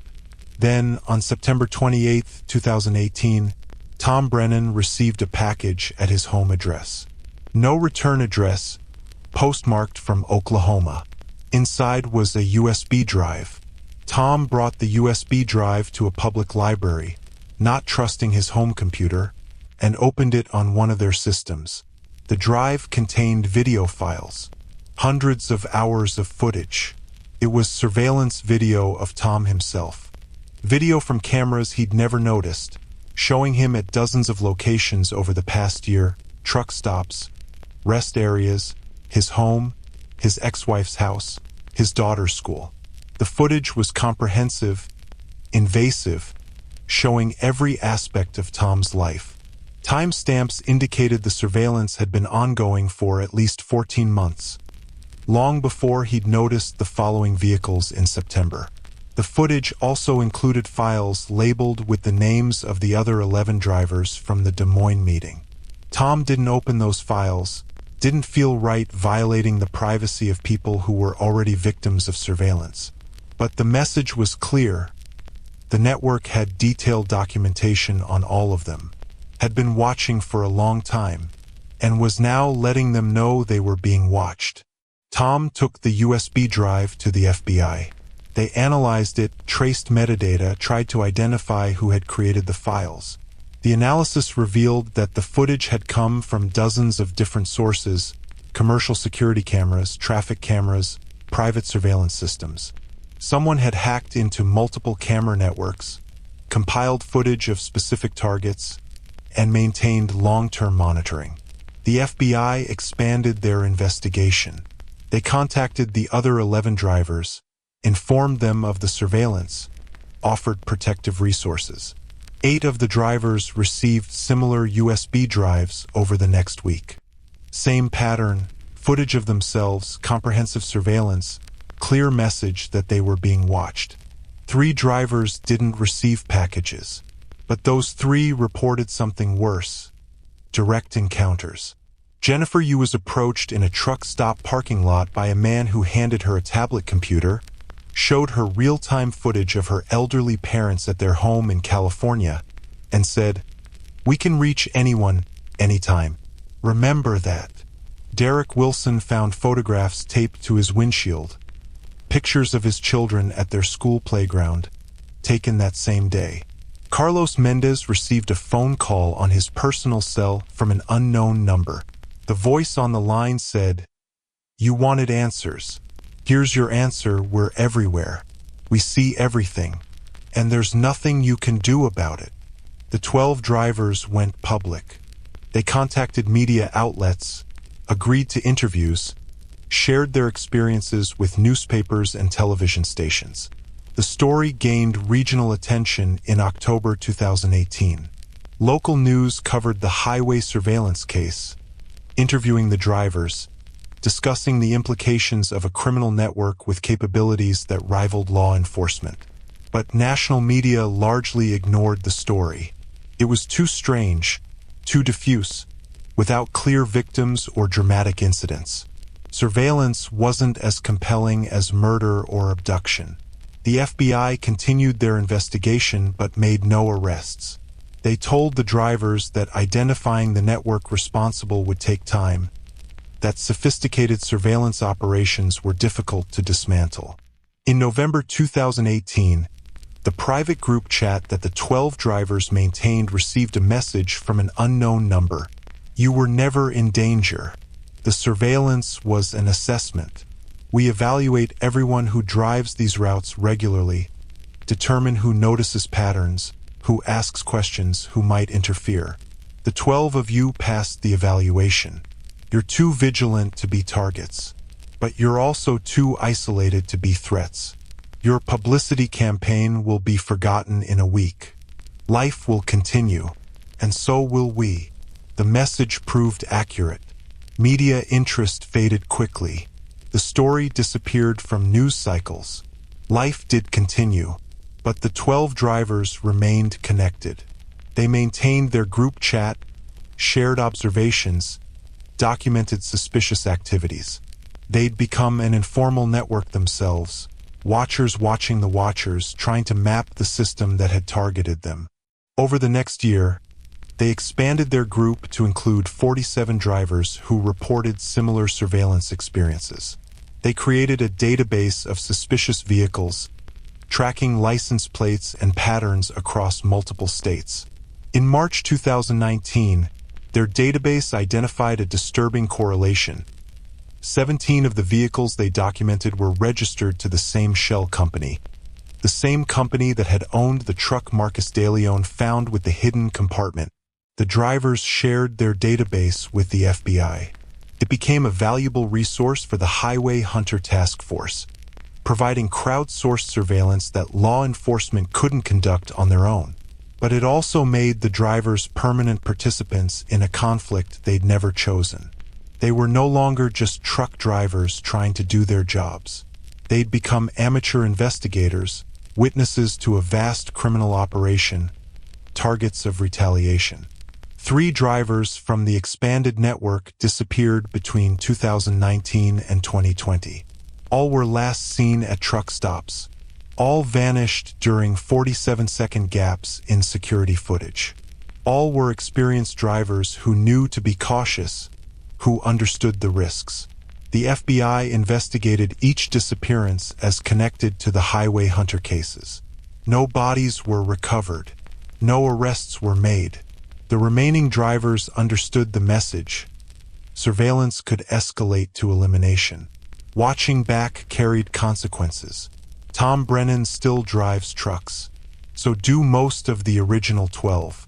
But they drive differently now, constantly aware of their surroundings, documenting everything, maintaining communication networks that function as mutual protection. They've accepted that they're living in a state of permanent surveillance, that their routes are monitored, that their movements are tracked by people with capabilities that rival government agencies. And they've accepted that law enforcement, despite good intentions and substantial resources, can't fully protect them.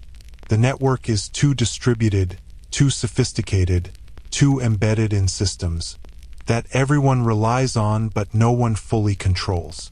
In September 2020, exactly 2 years after the original surveillance began, all 47 drivers in the network received identical postcards, mailed from different locations across the Midwest. The postcards showed a photograph of Interstate 80 at night, empty highway disappearing into darkness. On the back, printed text, "Thank you for 2 years of participation. Your network has been valuable to our research. We now understand how resistance organizes, how awareness spreads, how people respond to being watched. This information will improve our operations. We appreciate your contribution." The postcards were signed, "The Highway Collective." It was the first time the network had identified itself with a name, and the use of collective suggested what investigators had long suspected.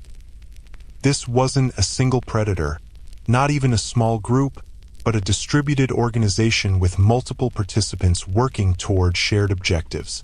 The FBI's Highway Hunter Task Force rebranded their investigation to focus on the Highway Collective, acknowledging that they were dealing with a criminal organization rather than individual actors. But the rebranding didn't lead to breakthroughs. The collective remained elusive, operational, and apparently unconcerned about law enforcement efforts. Tom Brennan and his network of drivers continue their documentation efforts. They've created sophisticated tracking systems, use encrypted communications, share information across platforms that are harder to monitor. They've become experts in counter-surveillance, learning from security professionals and former law enforcement personnel who've joined their cause.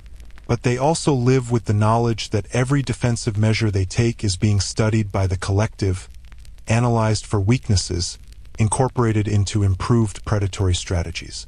They're trapped in an escalating cycle of awareness and adaptation, watchers and watched, never sure if their vigilance is protection or simply entertainment for people who hunt humans as a coordinated sport.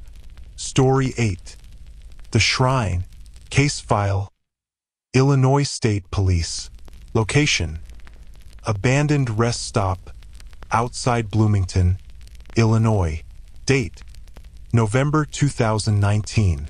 The rest stop had been closed for 3 years when the state police received the anonymous tip. It was a modest facility off I-55, shut down in 2016 due to budget cuts and low usage.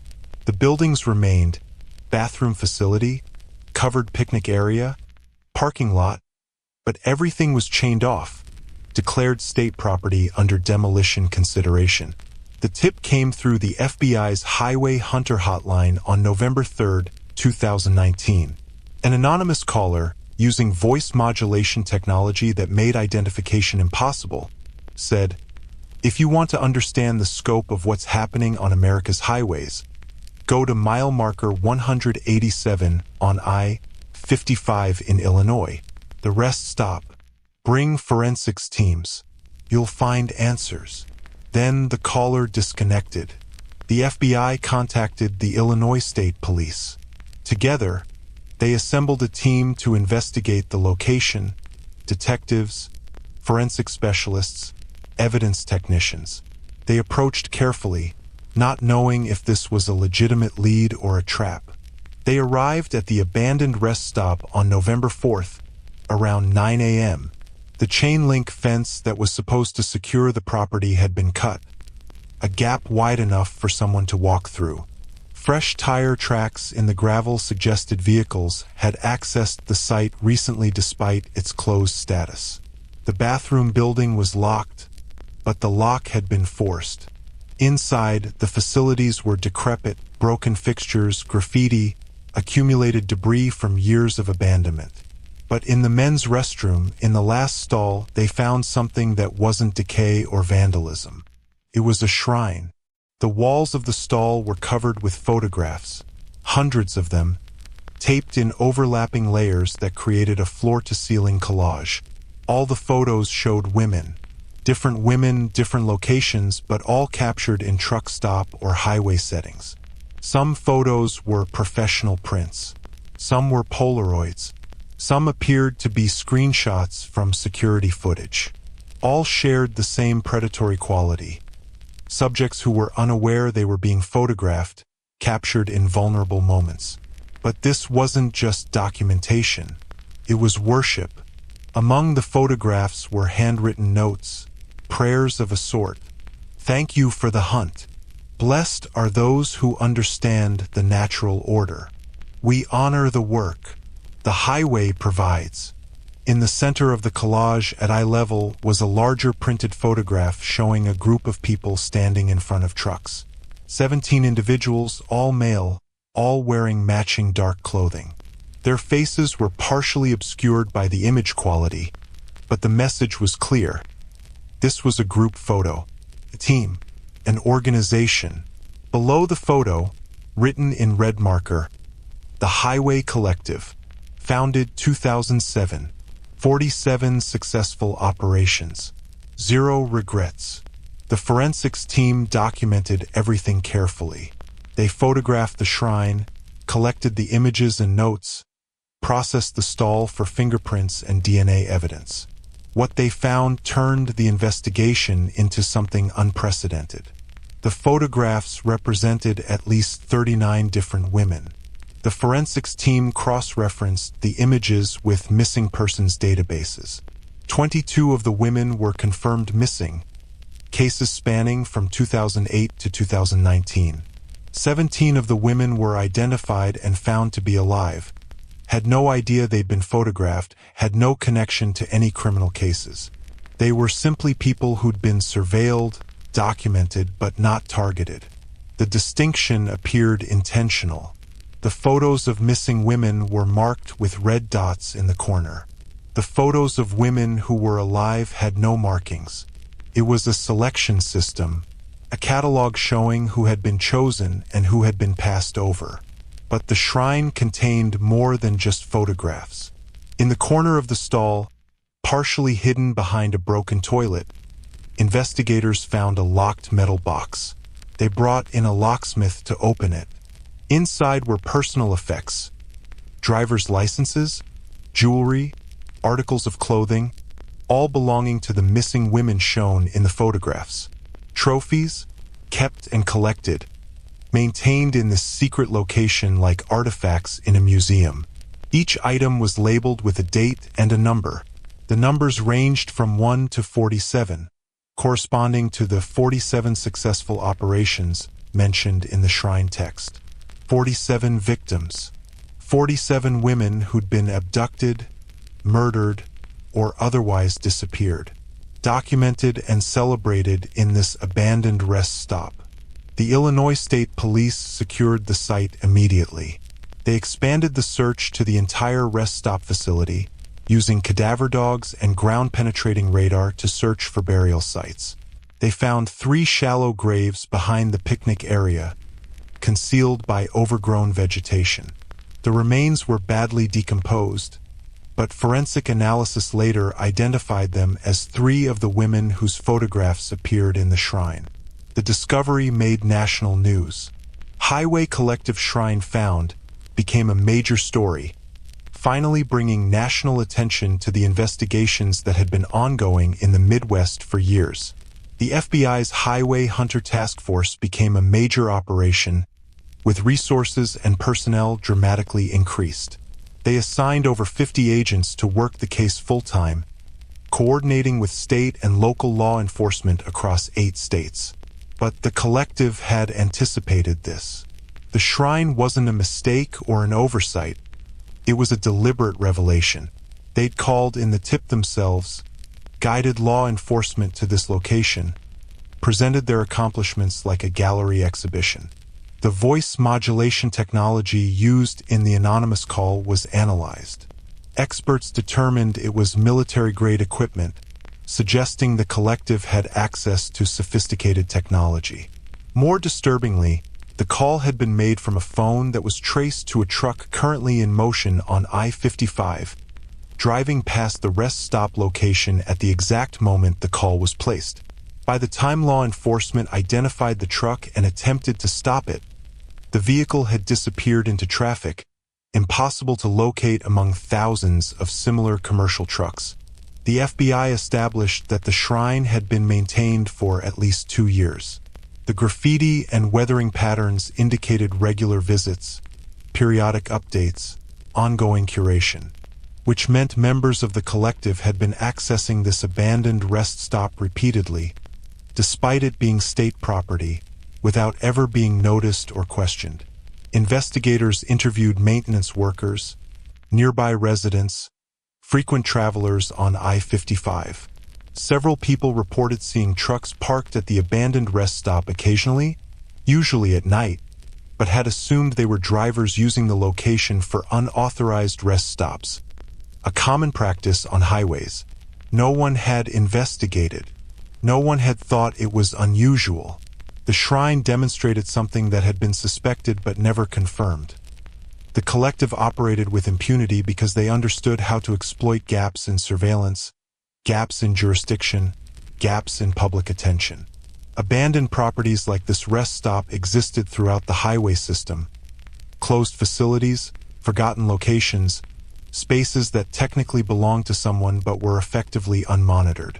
The collective used these spaces as their infrastructure. The FBI expanded their search to identify other abandoned or underutilized rest stops across the Midwest. They found 14 locations with similar access patterns, cut fences, recent tire tracks, evidence of unauthorized use. At 3 of those locations, they found additional shrines, smaller than the Illinois site but following the same pattern. Photographs of women, documentation of surveillance, trophy collections. At one site in Iowa, they found a different kind of shrine, this one dedicated to the Watchers, the people like Rachel Morrison and Angela Chun and David Porter who had noticed patterns and tried to report them. The shrine included photographs of these individuals, along with notes assessing their threat level and monitoring status. Rachel Morrison's photo was there, with a note: relocated to unknown location, low threat, monitoring discontinued. Angela Chen's photo had a note: Public disclosure, medium threat, active monitoring maintained. David Porter's photo, FBI cooperation, high visibility, no direct action recommended. The collective had been tracking not just their victims, but also the witnesses. Anyone who'd noticed the patterns, who'd reported suspicious activity, who'd become part of the investigation. The FBI contacted everyone whose photograph appeared. In the Watcher Shrine, they offered protective services, relocation assistance, ongoing security measures. Some accepted, some declined, unwilling to let the collective disrupt their lives further. But everyone understood what the shrines represented. This wasn't just about individual predators hunting victims. It was about a group that had ritualized their activities, that saw their operations as something worthy of celebration and documentation. They were proud of what they were doing. The shrines suggested a level of organization that went beyond criminal enterprise. There were elements of ideology, of shared belief systems, of community built around predation. The FBI brought in specialists, criminal psychologists, cult experts, organized crime analysts, to understand the collective structure and motivations. What emerged was a disturbing profile. The Highway Collective appeared to function as a decentralized network united by shared interest in hunting humans, facilitated by the infrastructure of America's highway system. Members operated independently but coordinated through communication channels that remained unidentified. They shared information about targets, surveillance techniques, law enforcement activity. They celebrated successes collectively while maintaining individual operational security. The model was similar to how terrorist networks operate. No central leadership that could be eliminated, no hierarchical structure that could be dismantled from the top down. Just a distributed collection of individuals who shared ideology and methods. The number 47 appeared repeatedly in the shrine materials, 47 successful operations, 47-second gaps in surveillance footage, 47 photographs in one particular collection. Investigators believed this was a signature, a calling card deliberately inserted into their operations. But despite intensive investigation, they never determined what the number represented. A founding date? A significant event? An inside reference with meaning only to collective members? The number remained a mystery, one more element of the case that resisted explanation. In December 2019, the FBI held a press conference to discuss the shrine discoveries and the ongoing investigation. They appealed to the public for information, asked truckers and highway workers to report suspicious activities, and announced a dedicated tip line for the Highway Collective case. The press conference generated thousands of tips, too many to investigate thoroughly. Most were well-intentioned but useless. Some were clearly from conspiracy theorists attaching unrelated fears to the case. A few were credible and led to productive investigative leads. But one tip was different. It came from a truck driver named Michael Parsons, who'd been driving routes across the Midwest for 23 years. He called the tip line and said, "I think I'm a member of the collective, but I didn't know that's what it was called until I saw the news." FBI agents interviewed Michael extensively. His story revealed the collective's recruitment methods. Michael had been driving for 7 years when, in 2014, he'd witnessed something at a rest stop in Nebraska. A man forcing a woman into a truck, the woman clearly in distress. Michael had called 911, reported what he'd seen, tried to follow the truck. Police had responded, but the truck disappeared. The woman was never identified. No case was ever opened because without a victim coming forward or evidence of a crime scene, there was nothing to investigate. A week after Michael made that report, he was approached at a truck stop by someone who identified himself only as a friend.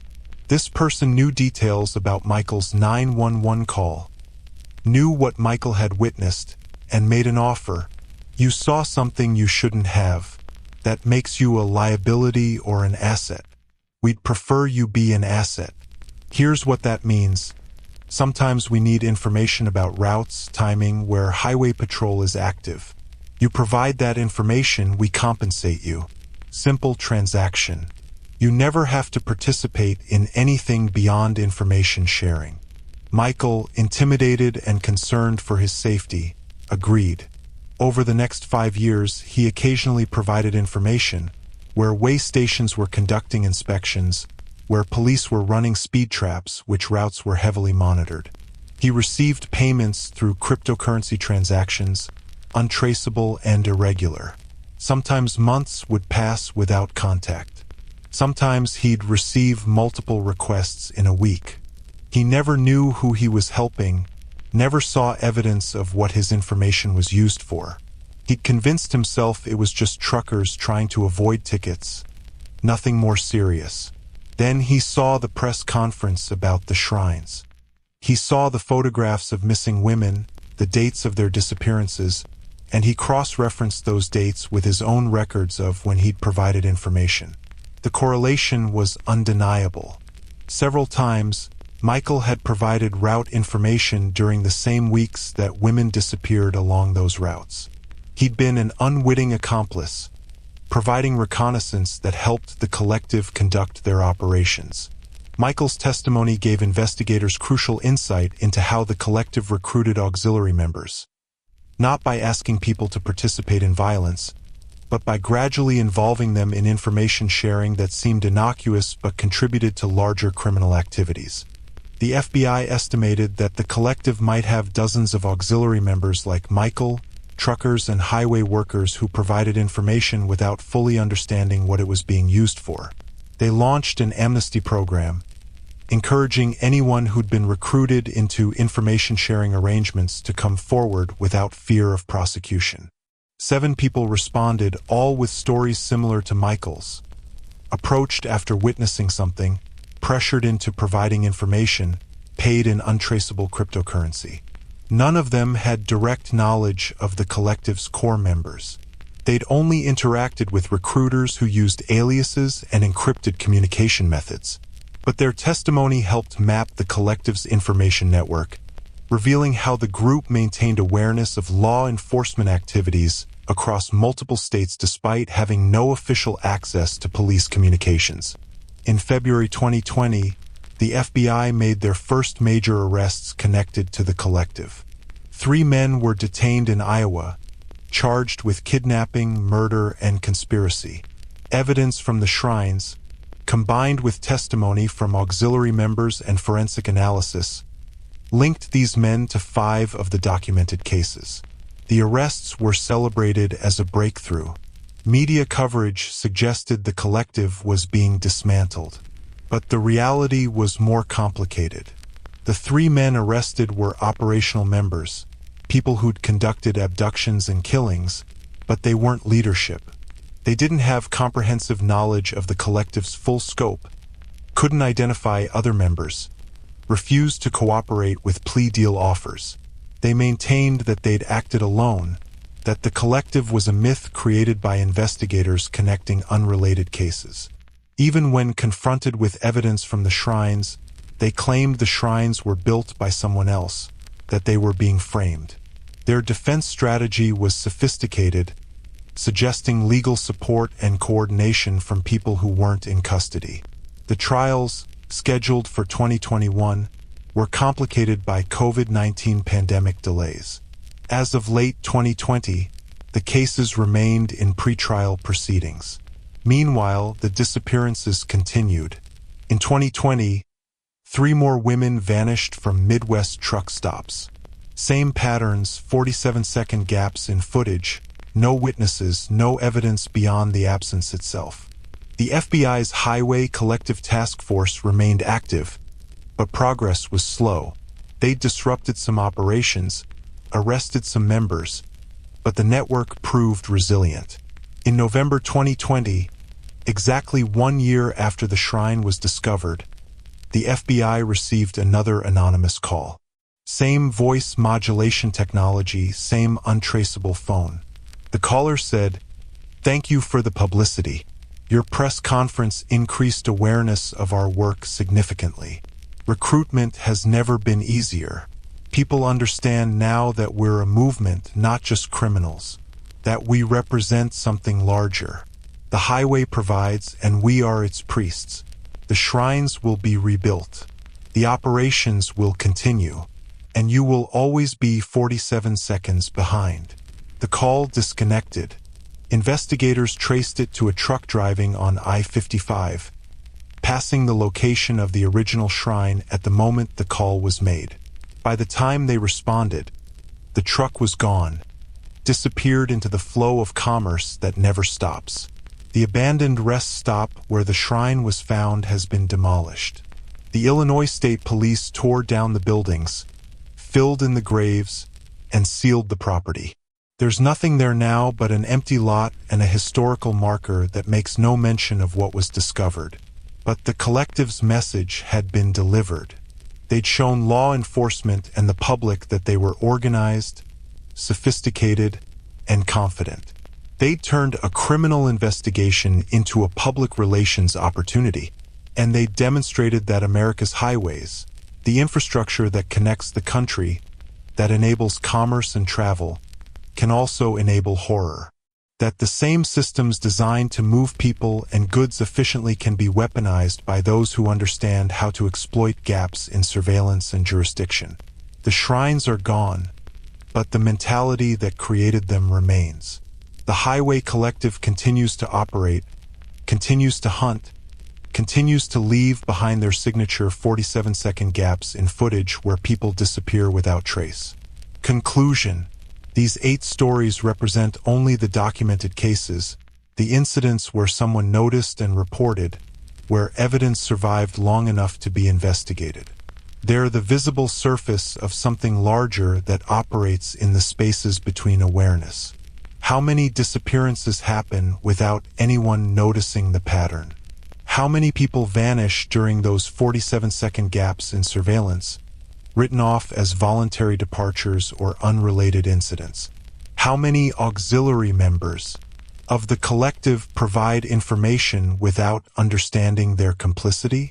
The Midwest's truck stops and highways remain operational, essential to American commerce, traveled by millions of people every year. Most pass through safely, their journeys unremarkable and forgotten. But some become part of the pattern. Some disappear during brief technical malfunctions that are never fully explained. Some become subjects in photographs collected in places no one thinks to look. And some notice. People like Rachel Morrison, who found an ID and refused to ignore it. Like Marcus DeLeon, who measured dimensions and discovered hidden spaces. Like David Porter, who listened to radio frequencies and documented the impossible. Like Angela Chun, who felt watched and trusted her instincts. Like Lisa Montgomery, who answered phantom calls and believed what she heard. Like the 12 truck drivers who organized and fought back. Like the anonymous caller who led police to the shrine, forcing visibility on something that thrived in darkness. These witnesses share a common experience. They saw the pattern, reported what they found, and became targets themselves. They received postcards and packages, photographs and messages, reminders that they'd been noticed by people who prefer to operate unnoticed. Some relocated, some changed careers, some armed themselves and learned counter-surveillance.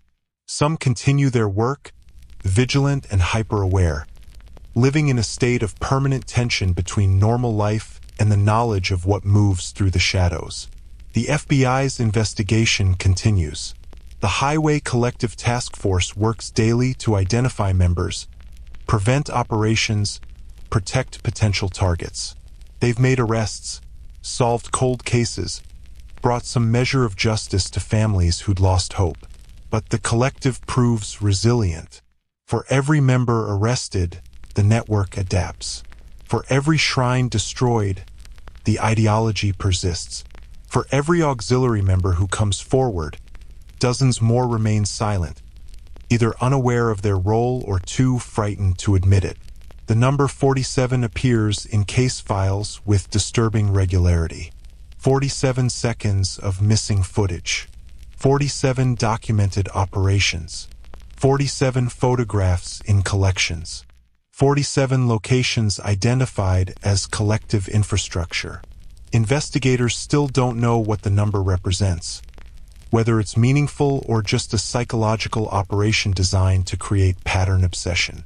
But the number has become a signature, a calling card that appears in contexts where the collective wants recognition.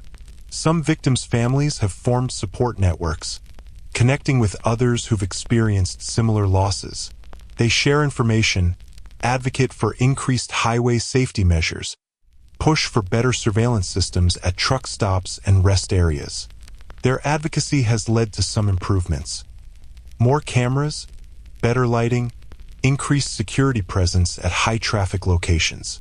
Some states have implemented check-in systems for overnight truck stop users, creating accountability that makes opportunistic predation more difficult. But the Midwest is vast. The highway system spans thousands of miles.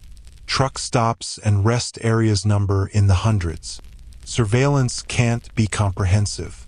Gaps will always exist, and predators are patient. They adapt to increased security by finding new gaps, new locations, new methods. The collective's resilience comes from understanding that highway infrastructure is inherently vulnerable, designed for flow and efficiency, not security. What happened to Jennifer Caldwell, whose ID Rachel Morrison found in a dumpster? Her case remains unsolved. Her body was never recovered. Her family still hopes for answers that may never come.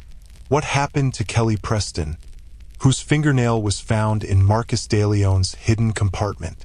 Her remains were identified through DNA, but her final days are unknown. The circumstances of her captivity documented only through scratches on metal that said, "Help ME," and "Can't breathe." What happened to the women whose voices David Porter heard on phantom radio frequencies, calling for help from locations that couldn't be traced? Were they real? Were they recordings? Were they simulations designed to create psychological impact? These questions remain unanswered. The pattern is clear: surveillance, selection, abduction, disposal, but the details of individual cases often remain obscure, lost in those 47-second gaps where digital systems fail and human memory proves unreliable. The highway collective's ideology, as much as investigators have been able to determine, centers on the concept of the highway provides. They view America's road system as a natural resource, a wilderness where predators can hunt without artificial constraints of law or morality. They see themselves as operating in a space outside normal society, where the constant motion and anonymity of highway travel creates conditions where natural selection can occur unimpeded. Their shrines celebrate this worldview, honor their successful operations, and reinforce group identity. This ideology attracts people who feel disconnected from society, who see themselves as superior beings constrained by civilized norms. The collective offers them community, shared purpose, and practical support for acting on their predatory impulses. Recruitment happens gradually. Someone witnesses something unusual, reports it, and gets contacted by a collective member who reframes the incident as an opportunity rather than a crime. They're offered compensation for minor assistance, drawn slowly into complicity, until they're committed enough that withdrawal feels impossible. This gradual recruitment creates a distributed network where most participants have limited knowledge. They provide information or minor logistical support without seeing the full scope of operations. They can rationalize their involvement as something less than criminal participation. Only core members conduct actual abductions and killings, but those core members depend on the auxiliary network for intelligence, counter-surveillance, and operational security. The FBI's strategy focuses on both disrupting operations and dismantling the support network. Every auxiliary member who comes forward through the amnesty program provides information that helps map the collective structure. But the collective has proven capable of replacing arrested members and rebuilding damaged infrastructure. Their decentralized model means that no single arrest or raid can eliminate the entire organization. Law enforcement faces a challenge that extends beyond traditional criminal investigation. They're dealing with an ideology that spreads through online forums, encrypted communication channels, and in-person recruitment at truck stops where transient populations make monitoring difficult. The collective's presence on dark web forums has been documented, where members share techniques, celebrate operations, and recruit new participants. But these forums are technically sophisticated, use cryptocurrency for transactions, and operate through anonymized networks that resist law enforcement infiltration. International cooperation has revealed similar networks in other countries. Predators using highway infrastructure in Europe, Asia, and Australia to conduct operations following patterns similar to the Highway Collective. Whether these are independent developments or coordinated international operations remains unclear. The scope is staggering. What began as isolated missing persons cases in the American Midwest has revealed global dimensions of predatory networks that exploit transportation infrastructure. For people who work in truck stops, who drive long-haul routes, who travel alone on America's highways, the knowledge of the collective creates permanent unease. They're aware now that those empty parking lots and isolated rest stops aren't as safe as they seem. Many have changed their behaviors, refusing to travel alone at night, installing personal GPS trackers, maintaining constant communication with friends and family. These precautions reduce vulnerability but can't eliminate risk entirely. Because the collective's greatest advantage is patience. They can wait for moments of vulnerability, for brief windows when precautions lapse, for those inevitable instances when people's guard drops and 47 seconds is all they need. The witnesses whose stories I've shared tonight live with that awareness. They understand that visibility comes with costs, that speaking publicly about the collective makes them persons of interest to people who prefer to operate in darkness. But they've chosen visibility anyway, because silence enables predation, because patterns remain invisible until someone points them out, because every person who understands what's happening becomes harder to target. This is why I share these stories, not to create fear, but to create awareness. Not to suggest that travel is impossible, but to insist that vigilance is necessary. If you work night shifts at truck stops, if you drive long-haul routes, if you travel alone on highways, understand that you're moving through a landscape where predators operate with sophistication and coordination. Notice the patterns. Document unusual behavior. Report surveillance. Trust your instincts when something feels wrong. And most importantly, stay connected. Isolation is vulnerability, while communication and community create safety. The Highway Collective wants people to feel helpless, to accept that disappearances are inevitable, to stop asking questions. They want witnesses to stay silent, victims to be forgotten, and operations to continue without interference. Don't give them what they want. The 47-second gaps in surveillance footage represent moments when systems fail. But human awareness doesn't depend on cameras. We notice things technology misses. We remember things that aren't recorded. We connect patterns that seem unrelated until someone takes the time to map them. Every person who notices, who reports, who refuses to ignore the pattern, makes the collective's operations more difficult. Every story shared, every warning issued, every instance of mutual protection creates resistance to predation. The highway provides, but it provides for everyone, not just predators.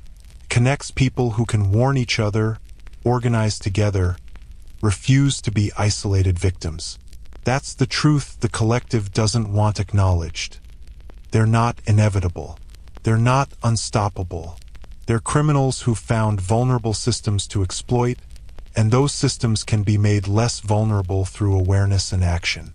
These 8 stories are tributes to people who noticed when they were supposed to ignore, who acted when staying silent would have been safer, who refused to let the pattern continue unacknowledged.